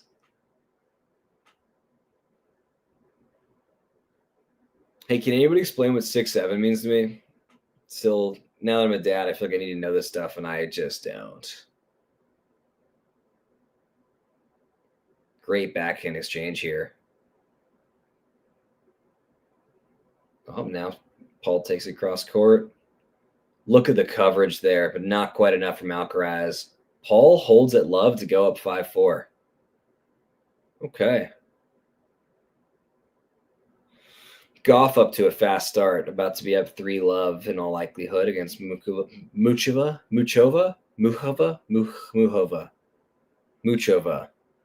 Oh, it's late. It's late. So one thing I'd love to do on one of these streams, and I don't know if we're allowed to keep our sponsors, would love to get on here, have everybody commentating, just take an Ambien, see who can last the longest. Is it me? I don't know. Have no idea how everybody else handles that. But it would be weird, and it would be wacky. And I'm not saying it would be good, but it would definitely be more entertaining than median tennis commentator. It's so stuffy. We got to have a little bit more fun with this. It's an amazing sport that brings joy and happiness into so many of our lives. And yet they talk about it in hushed tones. Oh, excellent shot. And just say very little. We should have a little more fun.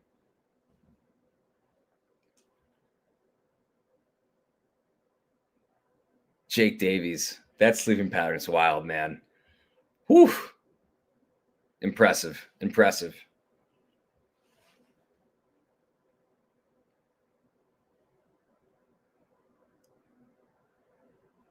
All right, Alcaraz serving at 4-5. One game away from set number 4.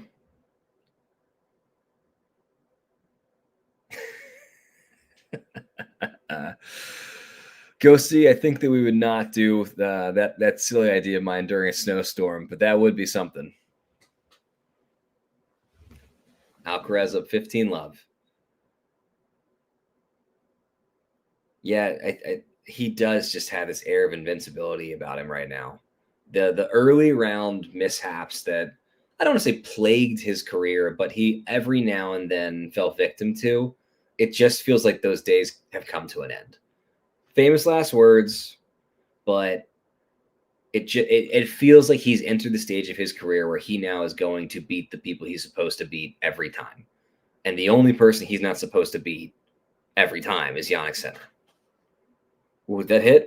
It did. Alcaraz up 30-love.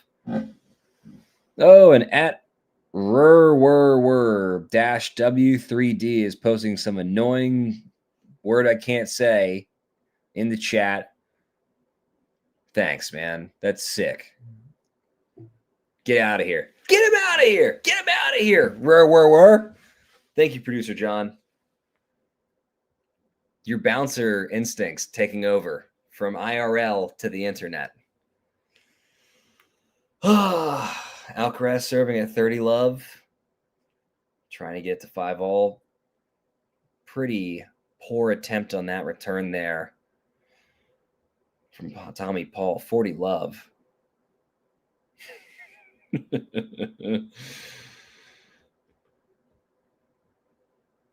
Hey, talking tennis is not a tennisocracy. It's a tennis-tatorship. That's, get him out of here. 40-love. Alcaraz, second serve here. Kicks it. Interesting court placement there from Paul on the return. Drop shot. Gets it done, Alcaraz. Yeah, I mean, so Paul, there's two ways to handle a kick serve, right? You take it early and catch it on the way up, or you sit way back and you take it late. And Paul kind of did more of the latter there. And so really, really opened up the court to Alcaraz for that drop shot. And Alcaraz is so good when he hits the dropper about coming in and closing because he can just cover ground so well. And so he gets these volleys and they look like just total gimmies, but but they're not. It's because of the positioning, and it's because of the way that he follows up those drop shots, which he's gotten better at. I think that in his younger days, like many young people, he would admire the drop shot. Like, oh, that's a good one. And just kind of sit. Now he gets forward and he closes, and it's like a boa constrictor out there.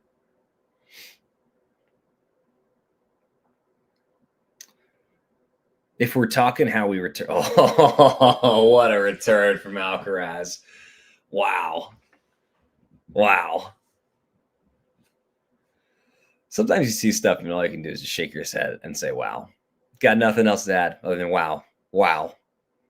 No words do it justice, what he can do. If we're talking how we return kick serves, Ghosty, I typically, if it's to the backhand side, I will try and step in, take it early, and hit the slice. If it's the forehand side, I find myself more likely to step back and try and hit a big topspin forehand and catch it on the way down. Generate a little bit of pace off of that. Wow, look at the sweat on Tommy Paul's socks.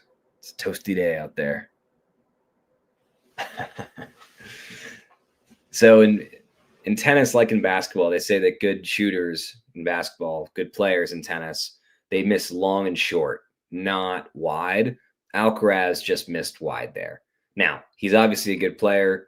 Maybe that makes him the exception that proves the rule. That's a targeting issue. That's a decision-making issue. That's not a physical thing. He certainly has that shot in his arsenal, but that was a bad targeting choice that he made there at love 15. And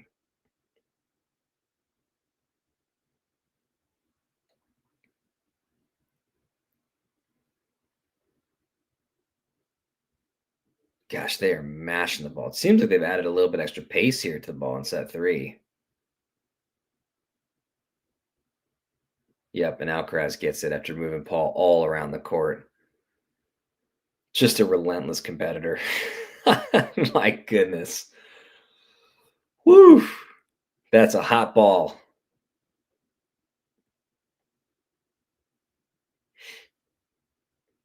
I'd like to know what the sponsorship is for the Alcaraz box on those hats there.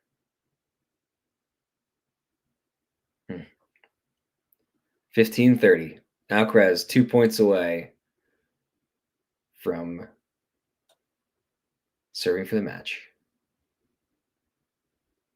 Second serve here from Tommy Paul. Oh.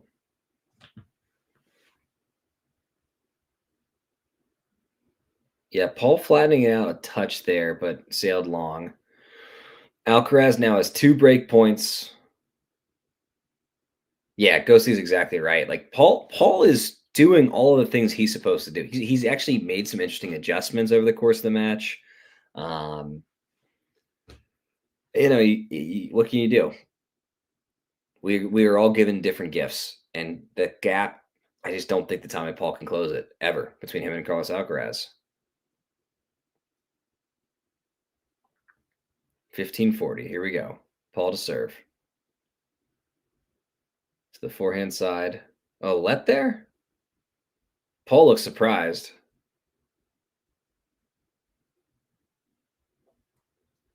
Kid Dr. Zach says that the polo outfits they put the judges in are terrible. Just terrible. The horse is too big. It's tacky. Ugh.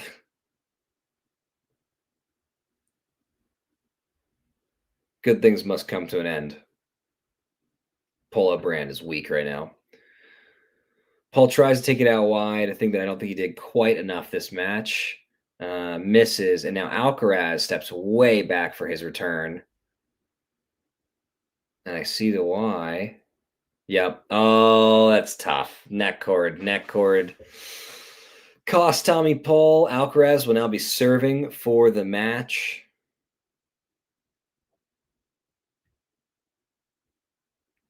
Yeah, and that Jake makes a great point. I'm just going to read this for those of y'all that are on the chat. Jake said, easy but simple comparison is forehand to forehand today as well. Carlos mostly controlled his killer shot, and Tommy's been quite pushy and sometimes leaking errors too. Exactly right.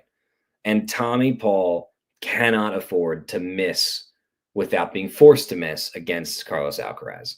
There's some other guys in the top 32. Sure, he can. This just isn't one of them. I mean, honestly, that's the case against Alcaraz and center 100% of the time at this point.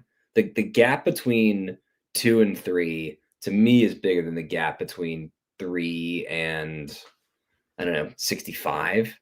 They are just on another planet right now. They're just another planet. Tommy Paul's a good player, playing pretty well. And it's just not happening.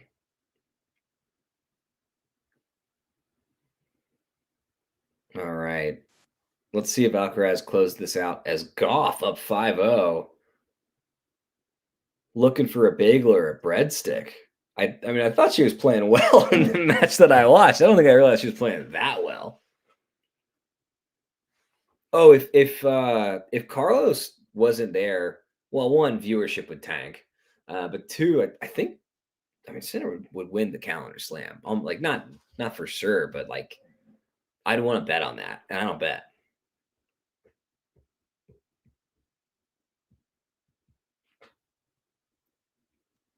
New balls too. Oh, that's just bad luck for Tommy Paul. Alcaraz serving with fresh balls to close out the match here. Oh, he sprays the forehand there. Love 15. It ain't over until Alvaro sings.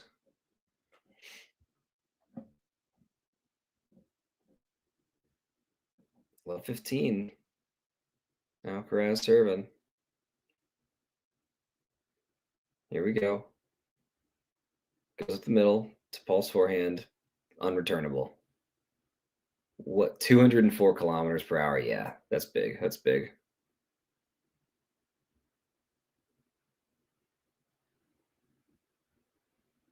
You know, y'all probably can't hear it, but in the background, I can hear the pitter patter of little ice and sleet hitting the ground. And so if you're on the East Coast of the US or the Midwest, strap in, make sure you get your water, got something to keep you warm. It's going to be a big one because you don't need that much ice to lose power. It's like 0.5 inches and you're in trouble, 0.75, and yeah, could be days, if not weeks. And that's what we're expecting here. Oh, Alcaraz is so strong. And Paul hustling to the absolute last minute. Look at these gets of his. Just trying to stay on the point. And he just couldn't get it done. And now it's 40-15. And Carlos Alcaraz has 2 match points. I don't want to say he was in cruise control, but we never saw his top gear. I don't think at any point in this match we saw his top gear. Gang, it sure feels like we're heading for another Sinner Alcaraz final. And I mean, give me one of those every single major for the next 7 years, and I'm happy. And there it is. He's done it. Carlos Alcaraz advances into the next round of the Australian Open. Tommy Paul did his best. Admirable effort. Hoping he has a healthier 2026. Wishing him the best of luck in his pending nuptials. And he's got pending nuptials, has he, Tommy Paul? Yeah, he's engaged, yeah. Is it with the same woman that was sort of mauling him on the court? Yeah, the trophy thief. Yeah. Yeah, the influencer. Yeah, exactly. Okay. I thought they broke up, but who knows? Listen, talking of breaking, well, Carlos Alcaraz broke Tommy Paul in some respects today. Listen, on the positive side, I think Paul is as I said earlier in the commentary, he's kind of back. And that's good. And if he can stay healthy, I'm sure he'll get some good wins on the tour and maybe even a tournament or two. For Alcaraz, you add the serve today as well as the dynamic that Jake mentioned, just basically the extra sort of, what's the word that maybe Jake used in the chat, the extra X factor or something like that Alcaraz has that Tommy Paul just doesn't have. Then you throw in the fact that Carlos was getting a lot more of his first serves in than Tommy. And ultimately, those marginal gains all added up for him, I think. They call it the vision, the ability to see a shot that other players don't, take it and make it and assess that risk just a little bit faster. And and that to me is the gap between Sinner and Alcaraz. Alcaraz has the vision. I mean, in terms of who has a better form, who makes better choices, it's Jannik Sinner. But he doesn't have the vision. He doesn't have the ability to see the risk, to take the risk, to do the unpredictable. And Tommy Paul, he just doesn't have that last little bit of vision. Yeah.